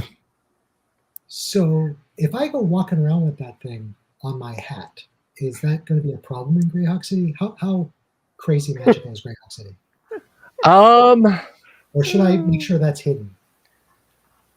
You already had a mug me sign on you with your clothes.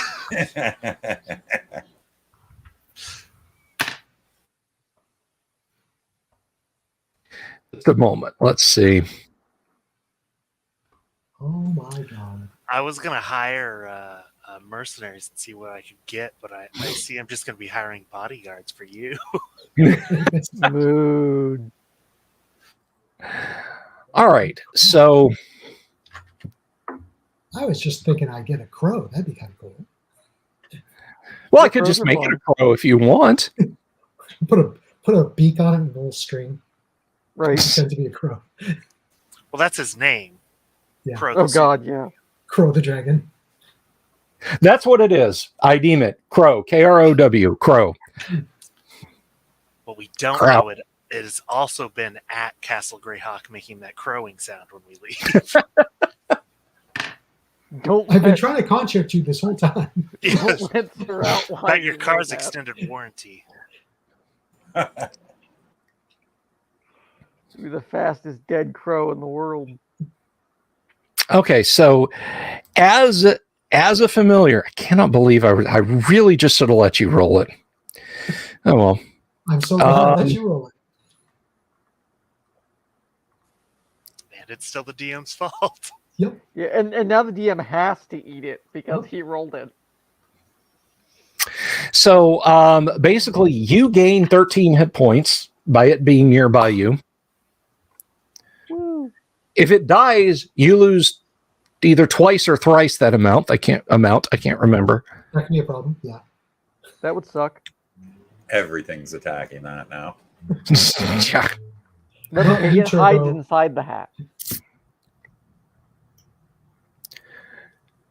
Let's see.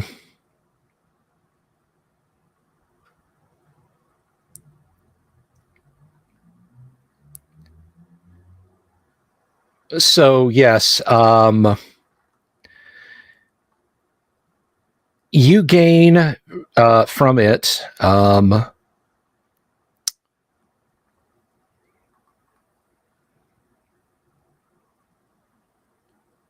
When it is touching you, an innate magic resistance of 35%. That's if it's like sitting on your shoulder, clutching your scalp, hanging upside down from your armpit. Does his hat count? No, it has to be touching you.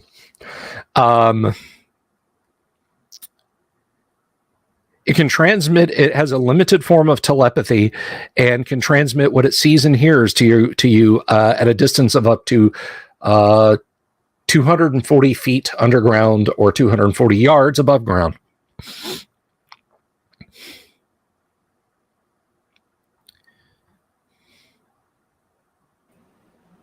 That's the new scout.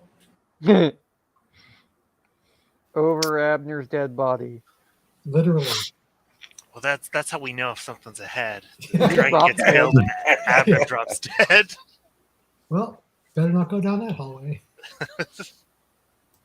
Beaked in the neck and died.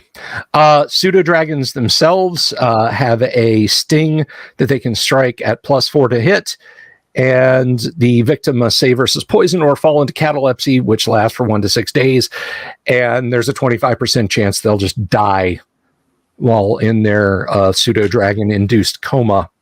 Can we harvest the pseudo dragon poison? Get your own pseudo dragon. You can try. Come here. I just want thud. Just kill it. Right.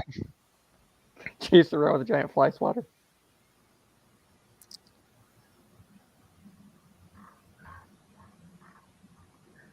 And they are of average intelligence. So congratulations. You have a pseudo dragon companion. I have a large liability. That's what I have. You have like I have a plot hook. that's like the best thing for you to get, though. I swear. I don't think you can do any better than that. Can you? Not well. With different alignments, I could have got a quasit, etc., etc. But I mean, even then, I really think even out of all of the alignments, you got the best one.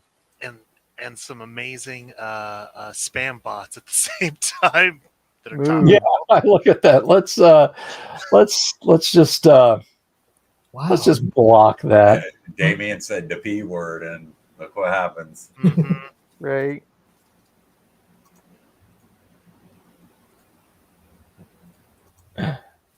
No, I said block user.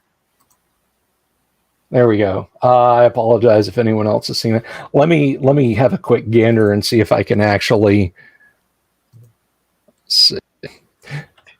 I think everything that Abner needs to do is done. Someone else, yeah, you can't get any better than this. Someone else figure out what those potions do. Quit I have while to do some Abner's math. ahead. Before something terrible happens. Oh god.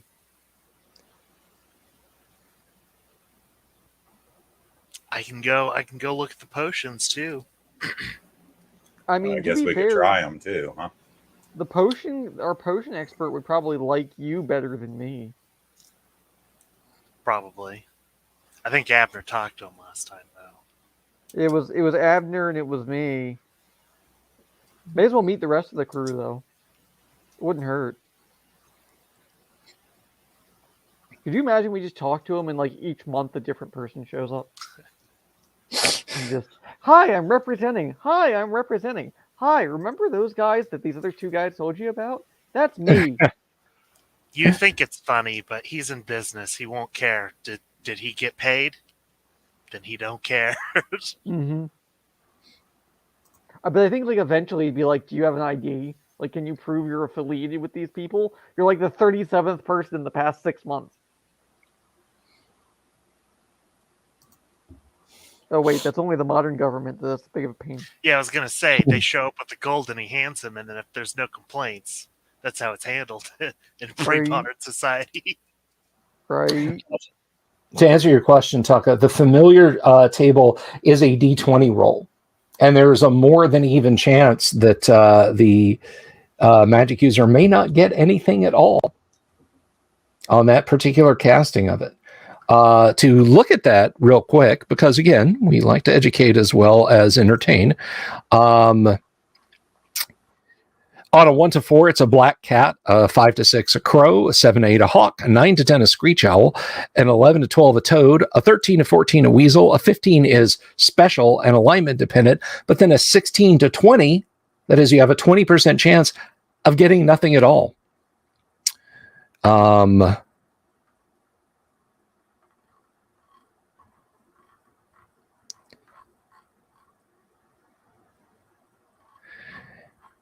And then a 15 is dependent on the alignment.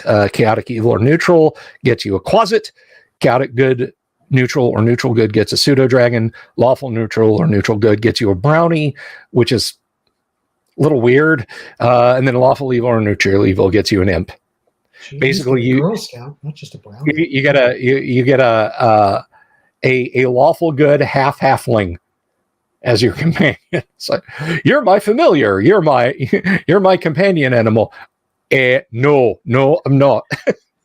Do they give you cookies It's a at least? special brownie. I mean, imps are cool because at least they can turn invisible, but it also then immediately screams, "I'm evil!" to whoever sees it. So, take it as you will. All right, so you now have a pseudo dragon, and it stays invisible. It is not. It's not. Yeah, it's not showing itself. No public indecency for the dragon. Yeah. Well, he hasn't gotten the robes commission for the dragon yet. Oh God, can you imagine that? Little white rimmed pin hat. A little bow. Exactly. Little The bow world's tie. smallest bow tie.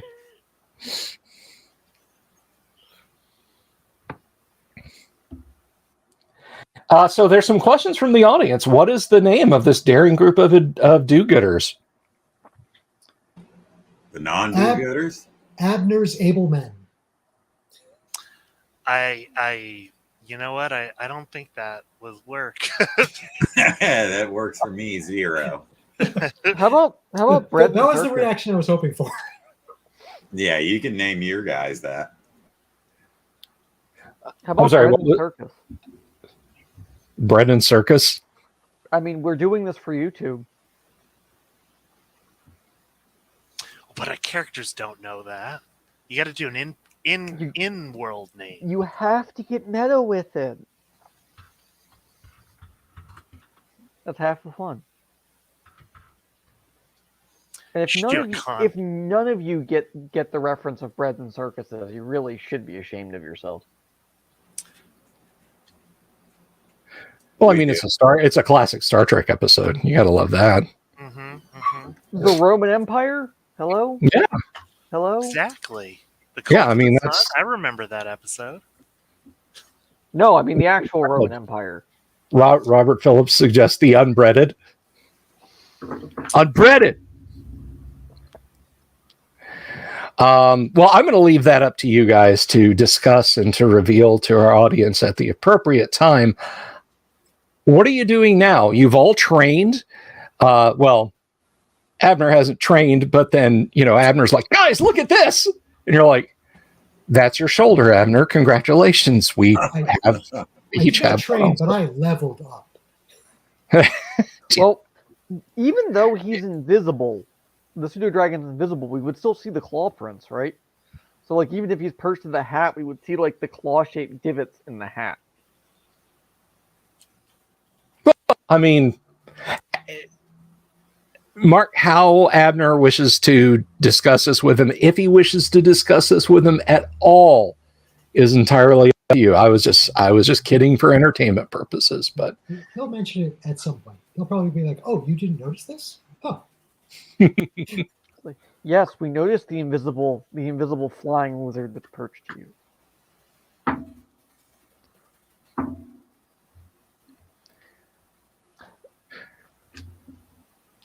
Detect magic doesn't detect invisible creatures, right?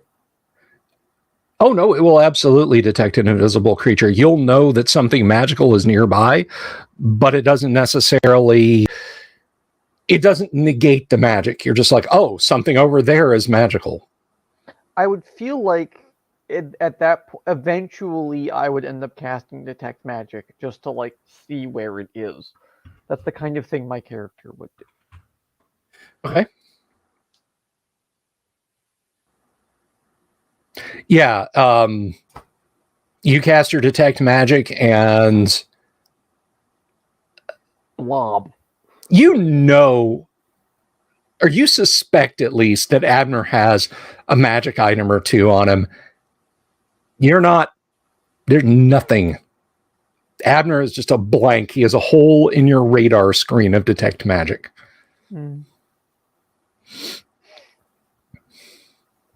I think the last business in Greyhawk is to figure out what those potions are. Yep. So, have fun. Was Link's going to take this? Or were we all going to do it? You're muted. Talking with Chad over here. Yeah, I can take it down to the alchemist and try and get him to identify it for us, and also try and pick up the troll's blood potions.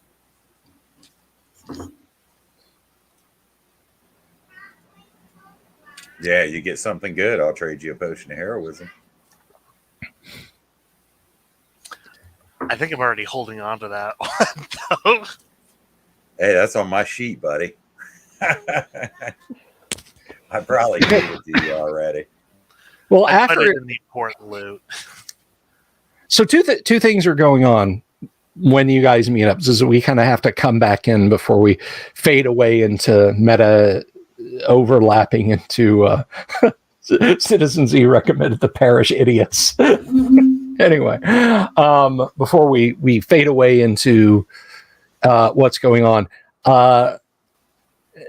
9 men come barging into the tavern. They walk over to the booth where the drunken fellow is and physically throw him on the floor and push him and kick him out of the way.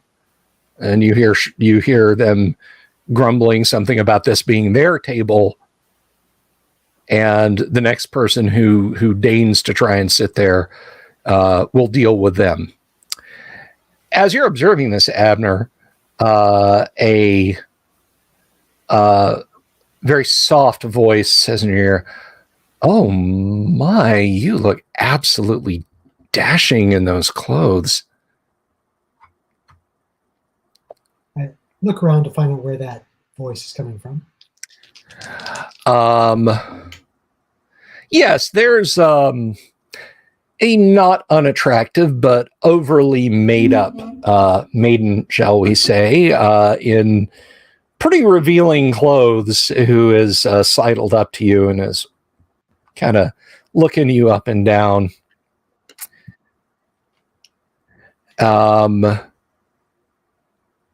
So, buy a girl a drink? No.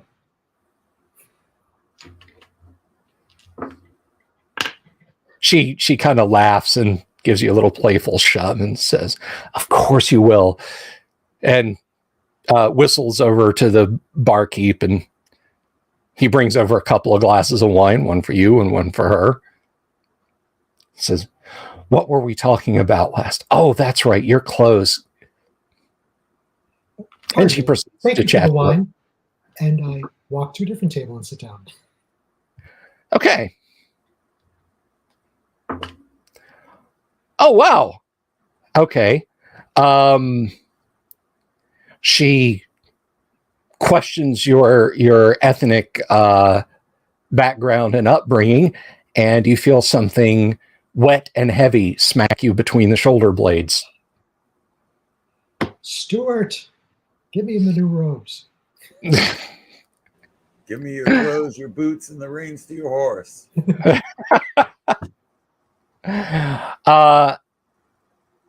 The fellows in the corner see this, and they are all bellowing and laughing and elbowing each other. What's the matter, you fop? You can't keep a woman under control. And they're having a good laugh. Yeah, got him. Crow hisses in your ears. So you were wearing your finery when you met the party, right? Yep. Well, your finery now has wine down the back. Yep. I have to go back to the room and have Stuart clean it and give me my travel robes. Okay. Alrighty. Does anyone else react to this scene? Besides laughing with the other table, Yeah. no. Okay. All right. Yeah. Yeah, what? No, I second that notion. I would probably be okay. laughing with the other table. Picking I on got it. wizards is a pastime for Sir Outlier. Okay. All right. So this kind of all plays out. The plug uglies at the table stand up and proceed to play darts. With two notable exceptions, there is no dartboard, and they don't have darts. They just have throwing daggers that they are proceeding to throw and embed in the wall. And the bartender is like, I'd really appreciate. I just had that replastered. If you could just not. So by the third wave of that, how many of them are there? there are 9 total. Hey, Abner.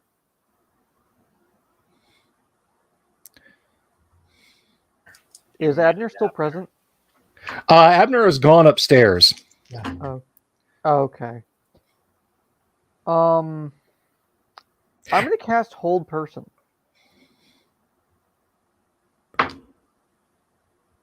On 4 of them. Okay. All but a pair of them, still sitting in the corner of the booth, a man and a woman, are standing there. So you've got, so there were 9. So there's 7. And there are 4, like there's 3 each taking aim and throwing their throwing daggers just into a random spot on the wall. So it would be them. Okay. Yeah, actually, yeah, I would do, if it's only 3 throwing, I'm going to focus on the 3 throwing, so they get no bonus or penalty. It's just a flat roll. All right. I'm not going to get up to cast it either. I'm going to stay seated. I understand. You don't have to. You can just sort of wave your hands and make that happen.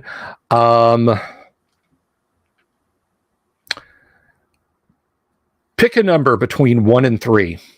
2. Okay, the fellow that's rearing back to throw stops. The fellow that's standing next to him, who is one of the 3, elbows him and goes, "Come on, don't show off, let fly." The fellow behind him, who's bringing his mug up, going, also stops. So it looks like your spell affected 2 of the 3. Okay. He's like, wait a minute. And he reaches into his jack and pulls out a knife that he is not throwing. And he goes, "There's sorcery afoot." And the rest of them are looking around the room. Are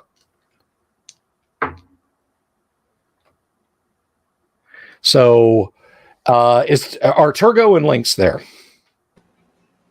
I assume so. I assume we were drinking with the group, unless we're actually at the. Are we at the Alchemist right now? I did say we went to the Alchemist. It would be like Sir Outlier. Of all this, like you guys met back at the tavern and you had discussed going to the Alchemist, but so this is all kind of happening. We're right there. now. We're there. It would be like Sir Outlier to pick the fight on his own, though. All right, so they've drawn their weapons, and one of them, come on out, you cowards! Where are you? So they've got their weapons to ready. And they don't realize it's me. They do not seem to notice that it's you because it's a somewhat crowded tavern, and the bartender's yelling, "No spellcasters! No spellcasters!" We don't serve your kind. Right. You're mage. You'll have to wait outside. I guess I'll shout, but what about priests and cast hold person again? Okay, so you're going to drop another hold person on this group? Absolutely. Okay. Let's go ahead and roll initiative because let's see. They are surprised. They don't get initiative. Go ahead and cast your spell. Okay. You're still there's enough people that you're just kind of leaning around, so you're doing your thing and they're not noticing it. Yeah, I'll go ahead and pick on 3 more. Okay. Are you trying for the one guy who yelled alarm and 2 other ones? Oh yeah. Okay. Any of the ones that drew weapons, if there are any that didn't or just now getting up, I'll target them last. But I'm going to focus on the instigators. There are no instigators here. There are some insta-dials. Sorry, little wordplay, not good. But okay. The first one to cry alarm and 2 more are frozen, so it's now 5. The others are like kicking over tables and taking cover and looking around. Well, I'm going to say that was basically the surprise round. They're looking around the room. People are like pressing up against the wall. The male and the female sitting in the booth. He is, you idiots. He's just laughing and pointing at the bunch that he came in with. Hey, friends. Lynx, Turgo. Can you help me? Can you help me real quick? I put down my flagon and say, "With what?" I would like you to help me deposit these lovely gentlemen where they belong, preferably in the nearest pig stall. So there's still 2 that are capable of moving. I just want to point that out. Oh, that's fine. I'm looking to pick up basically 2 of them because I have strength for days. I can grab 1 by a collar each because they're frozen and just walk them right out the door. Oh, that's okay, Vinger. He doesn't like you either. Okay, so you're collaring the ones that are held, and the fellow in the booth and his maul, for lack of a better term, they're laughing and giggling alternately, and he calls out as you're dragging him away. It's like, that belt buckle's worth 4 electrum. That one has a silver piece stuck down in his boot. So yeah, he's calling out disparaging things about the ones you're dropping in, and he let me see. Turgo, he kind of leans out of the booth as you're walking by and puts his hand on your shoulder and says, just make sure they don't drown in sewage or a trough out there, would you? I'm just as likely to drown in a sewage or a trough. All right, so the 2 that are left inside, their surprise round is over, and one of them looks over at the fellow at the table, and he's like, what are we going to do? And the fellow at the table just raises an eyebrow and says, well, I'm going to sit here and laugh at you idiots. And if I were you, I wouldn't cause any more problems for the patrons of this place.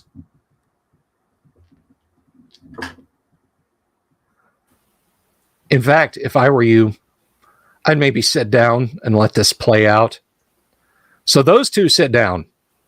And you guys drag the rest of them held out and deposit them, I'm guessing, in the gutter.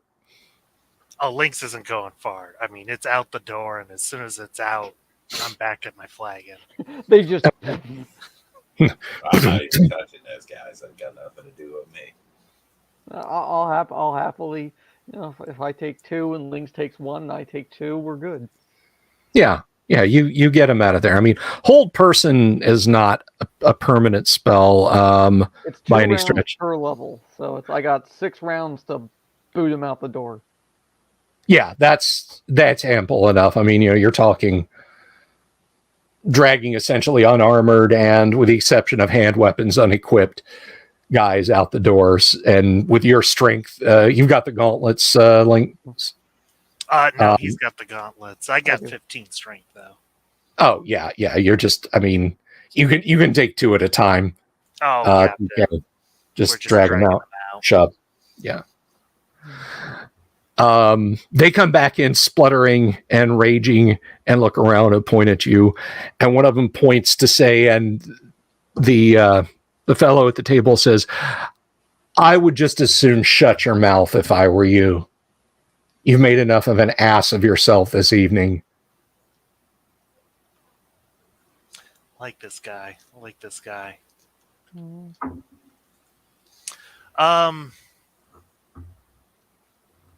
At some point during the night, I'll send a round over to them.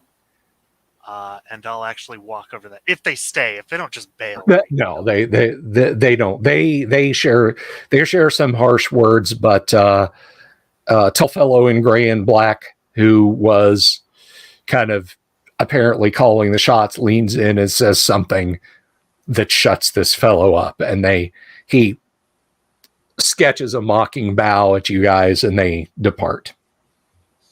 I raise a salute or whatever, but Mm-hmm. All right. Well, that was an entertaining evening. Mm-hmm. Okay, so you are now going to find an apothecary, yes? Yes, we're going to our alchemist contact to have him try and identify the 3 crystal vials I have. Yeah, 3 crystal vials. Okay. Alrighty. He will put the identify in with your contractual obligations. So, or his contractual obligations, rather, what you're paying him for to be your alchemist. And he makes a comment, have you considered the year's contract yet? So we only paid you for a month, I believe, right? Could you refresh me on those terms? Well, it's been a fortnight, and you did pay me for a month, and I would rather work for you for the entire year. Of course, as you can see, any kind of points around, there's wooden bowls, clay bowls, just a couple of glass alembics, candles for burners, and so on. I'm kind of not as well equipped as I might be here. If you hired me for a year and equipped my entire laboratory, I could philosophize and study and create admixture, and well, I could just. I'm not opposed to that. What is the price on that again? 300 a month, I think. That is correct. Yes. Okay. Yes, good dwarf. 300 a month. Plus additional fees. I didn't hear Turgo. Half price for the year sounds fair to me. Is Turgo present? Indeed. That's. I mean, no offense, but I mean that doesn't even really cover some of my own personal expenses that I would be putting into the business. There are certain non-pecuniary benefits. Well, at any rate, you have me for at least a fortnight further, so let me see those potions, and I will at the very least be able to. I'll do that. What those are. I will.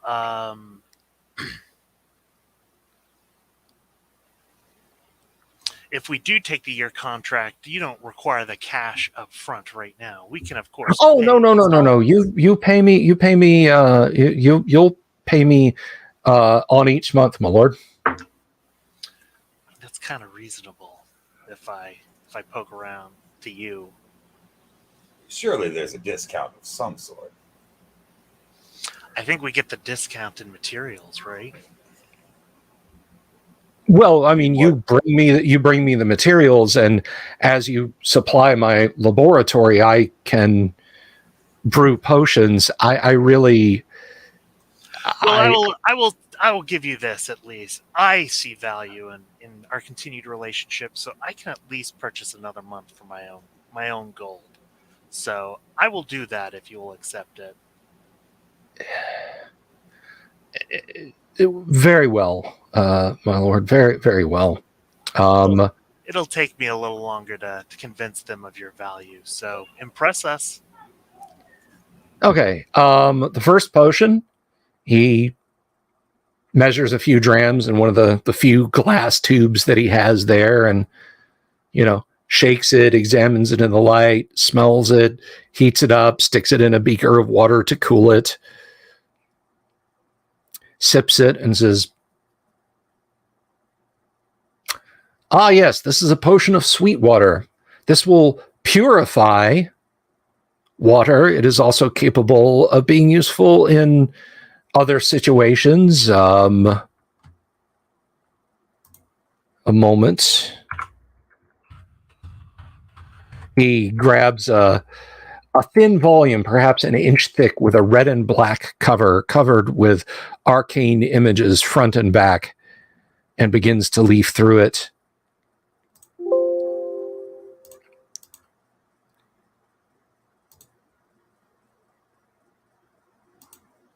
Hang on a second.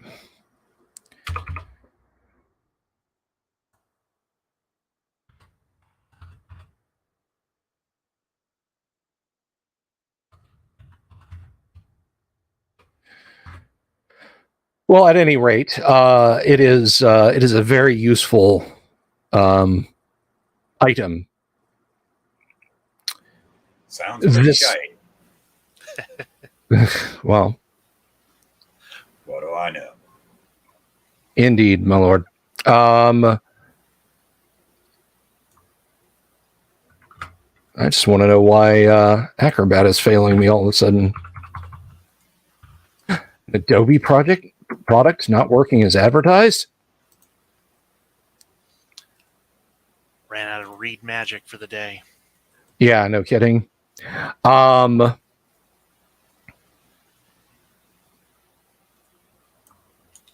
we go. Okay. So Sweetwater, it's not a potion to be drunk. It will neutralize poison and ruin magic potions. It will change up to 100,000 cubic feet of polluted salt or alkaline water to fresh water. It will turn up to 1,000 cubic feet of acid into pure water. The effects are permanent, but they can be contaminated later, of course. And it takes an effect in 5 to 20 minutes. Sounds less shite now. Yeah, that is pretty good actually. The other is a potion of fire resistance. And the final one, he heats up a little bit on a little copper stand above one of the candles and leans over. And, well, he starts to lean over, and then he knocks the entire affair off the table, is covering his mouth, and says, "It's clear enough! It's clear!" And is running around, knocking the windows open. I help get him outside. Okay. Turgo, What is he? Is he breathing better out there, or is he pointing? Yes. Chlorine gas. It's chlorine gas. yes. He says, "That's poison. That is yes, that is poison." Did he use the whole thing, or do we have the vial of poison? Oh no, just a droplet or two. Okay.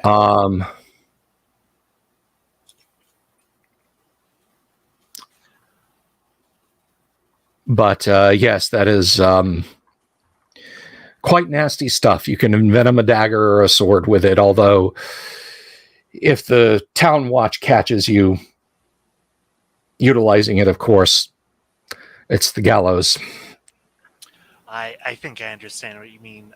Turgo, it's probably best if you hold on to this. You'll be the hardest one to search. I'll hold on to it. Okay, so who is taking the potion of sweet water?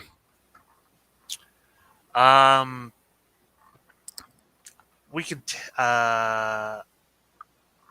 just put it in the wagon for now, I Yeah, I guess. think he wants to make sure he knows who gets it for XP purposes. Yes, for XP purposes.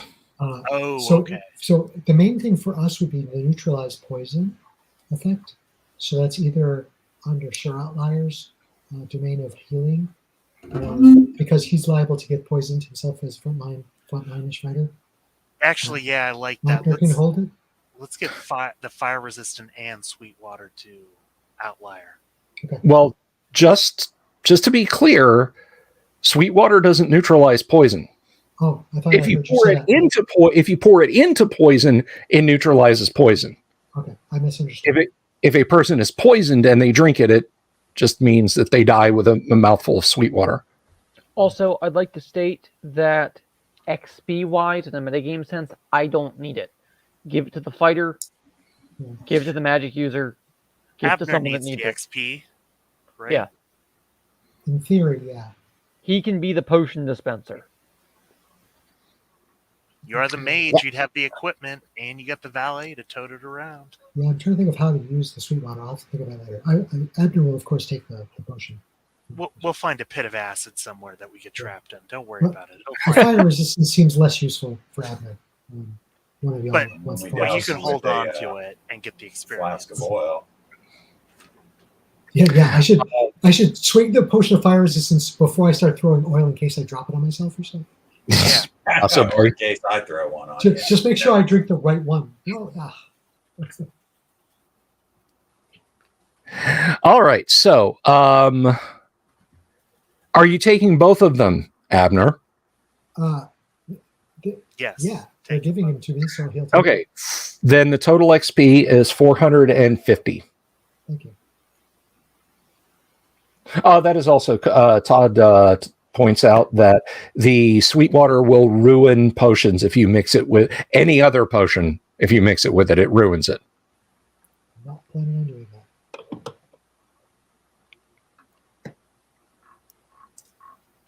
Okay.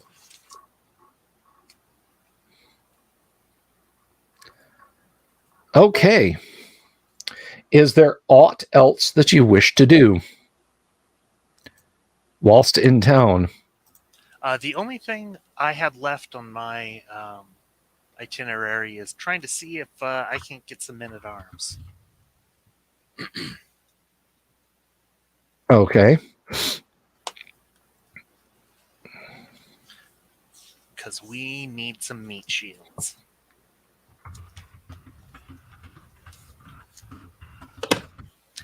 And it's depressing only having Leo and Nerve.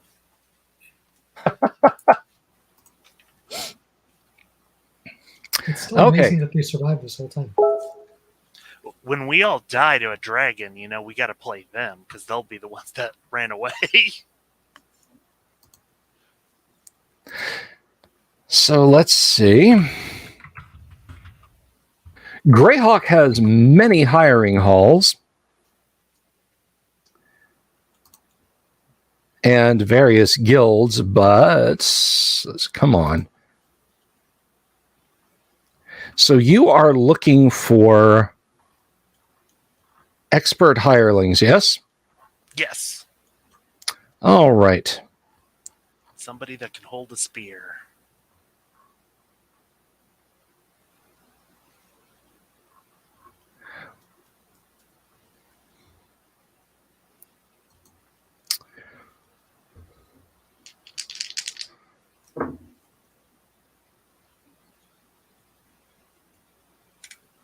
Well, you are in luck. There are heavy foot looking for hire, and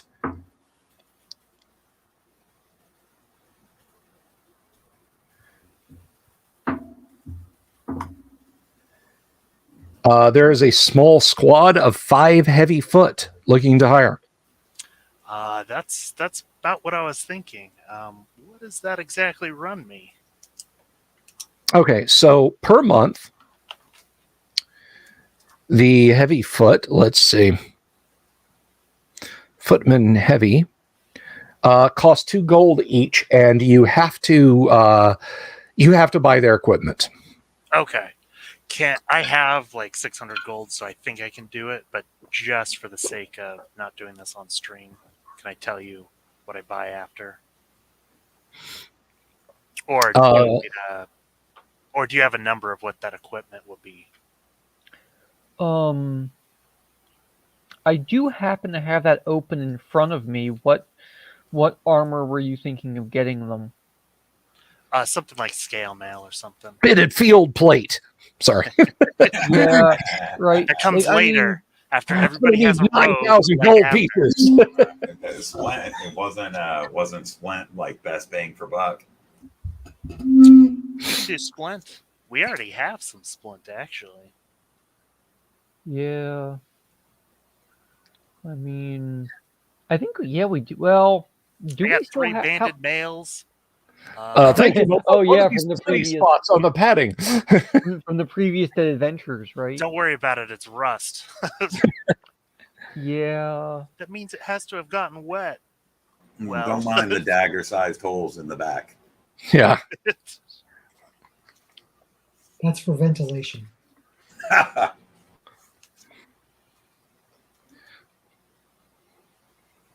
Well. So, okay, so we have 3 sets of banded. You said, right? Mm-hmm. Already. Well, I could just buy 2 more banded. Yeah. At 90, and then their Yeah. weapons, right? yeah, and really, we want them armed with pole arms and axes. Sounds like I heard 5 halberds. Well, but I mean spears. But because let's face it, they're for hirelings. There's no point spending the extra.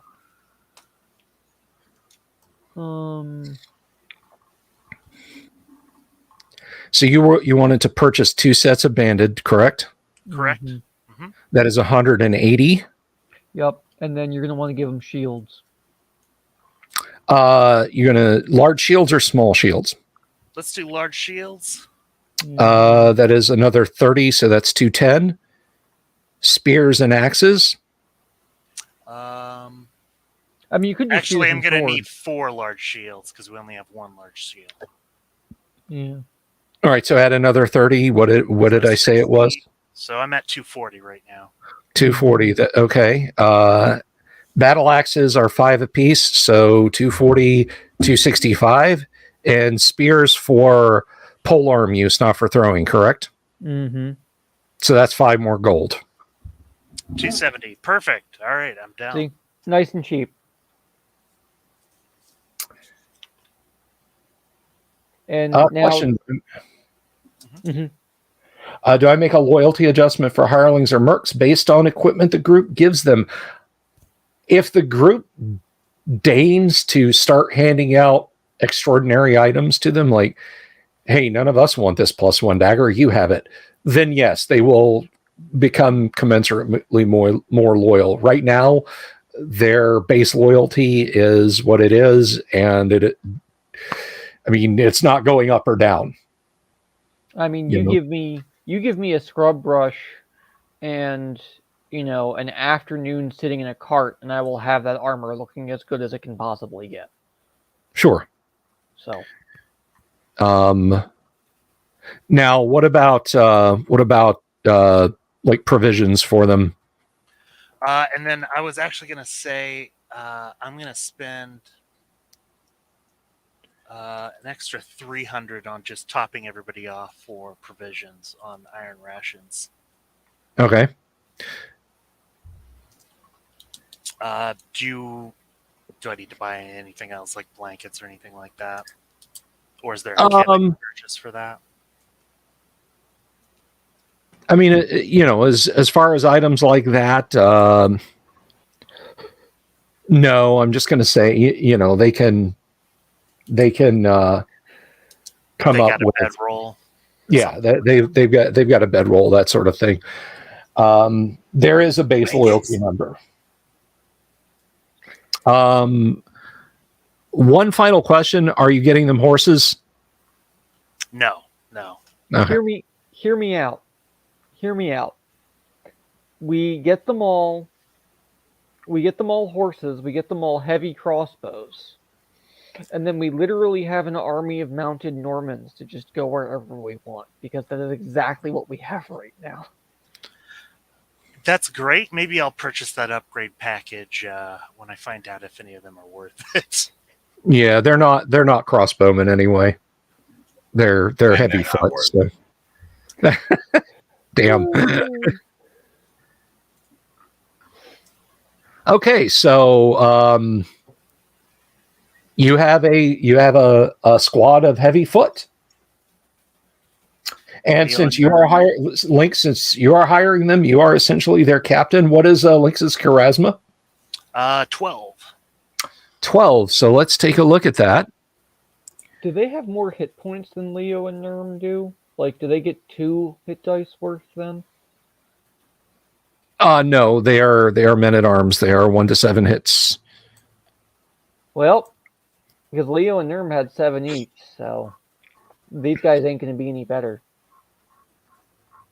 Well, Leo and Nerm have run away from combat, so these guys are automatically better. Automatically. And they're fresh. And maybe they'll end up with 7 hit points apiece. Exactly. I doubt that. So do I, but maybe. So their loyalty base is normal. Okay. They're neither craven nor are they particularly super loyal. But again, with the right monetary reward, or even just keeping them alive in desperate situations, that might go up. Fear of death.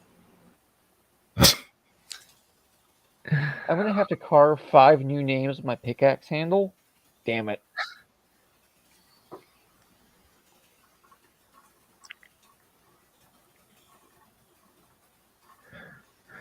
Okay. Awesome. I'm considerably lighter in the pocket, but I feel good about those purchases. Me too. And nice. One of them does ask, what standard are we marching under, sir? Do we have colors or? Blue and white, and what was the best name we got in chat here? my two least favorite colors in Magic the Gathering. You had to pick blue and white. If anyone wants to stick them with a name, you can super chat it, and I will make them use it. Mm-hmm. Damn it, you couldn't have picked black and red. Hey, Mark, I was going to say you definitely play a black and red deck. black and red goblins, man. Ale and sausages. Black and red I don't know if he's telling you to buy that, or if he wants your group to be named the Ale and Sausages. I don't know. Mark, what has Abner been doing all the while? He does want to upgrade his people's his armor to chainmail. So that looks like it's 150. You can just take care of that. Okay, easily done. And he'll probably drop another 10 gold just to make sure everyone's cloaks are nice. So his little group will all be matchy, looking correct. And your valet is able to get your new suit of clothes clean. He immediately attacked it after that woman had done what she did. He made a successful club soda roll. Excellent. Leo and Nerm are still in their dwarven armor.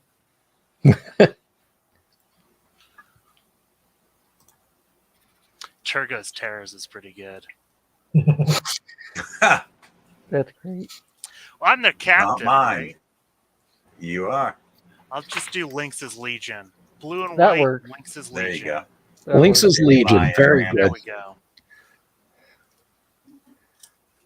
All right. So Lynx's Legion will ride forth with you, sir. I didn't see an Outliers Outriders. For ale and sausages is our battle. For ale and sausages. Ah! They love it. And 87 on their reaction rolls. For ale and sausages. Ah! It beats Outliers group of what? No, wait. It beats Abner's group of not in the face. That was our motto for a while. Yeah. Hey, it's worked Lower for levels Abner were and his rough. people. Not in the face is a perfectly good anti-battle cry. A perfectly good retreat cry. Yeah. Well, all right. We have unfortunately come to that point in the adventure that there are no saving throws against, and that is the conclusion of this week's session. I want to thank. We had a big crowd. You guys seem to really enjoy it, and thank you everyone who stopped by and chit-chatted with us through the whole thing. You are the legion of too numerous to thank individually, but I love you all. I really appreciate it. Thank you to everyone. Thank you to our players. I will be back tomorrow night because guess what? Do you like watching the gaming live streams? Guess what? One's happening tomorrow night, and it's going to be Classic Traveler. But, and dig this, I'm playing, not DMing. That's right. Y'all get to see me die horrible deaths over and over again instead of players. It will be my co-host Kyle cackling and rubbing his hands together. And because it's Classic Traveler, it may happen during character generation. I'm not kidding. Only if you make poor life choices. Only if I make poor life choices. I decide to try and stick it out in the VAC Marines more than a few tours. But anyway, so that's happening tomorrow night. Thursday night, we're gonna continue on with B2. We're gonna look at the cool stuff in that module, and then we're gonna start digging. And that, by the way, I can't remember who was it that said that they had to leave because they didn't want it spoiled. Ian, yeah. So by Thursday, I would prefer you be here because come on, you're not going to meta game, are you? But anyway, so Thursday we'll be talking about some more Keep on the Borderlands. Friday we'll be talking about some more Keep on the Borderlands. But after that, we're going to play some Gamma World. We're going to find out what the group finds when they return to Earth from their jaunt on the mysterious and haunted moon. So we're looking forward to all of that for the rest of the week. I'm hyped. I'm hoped you're hyped. It's been a fun night. Everybody, have a great evening and take care.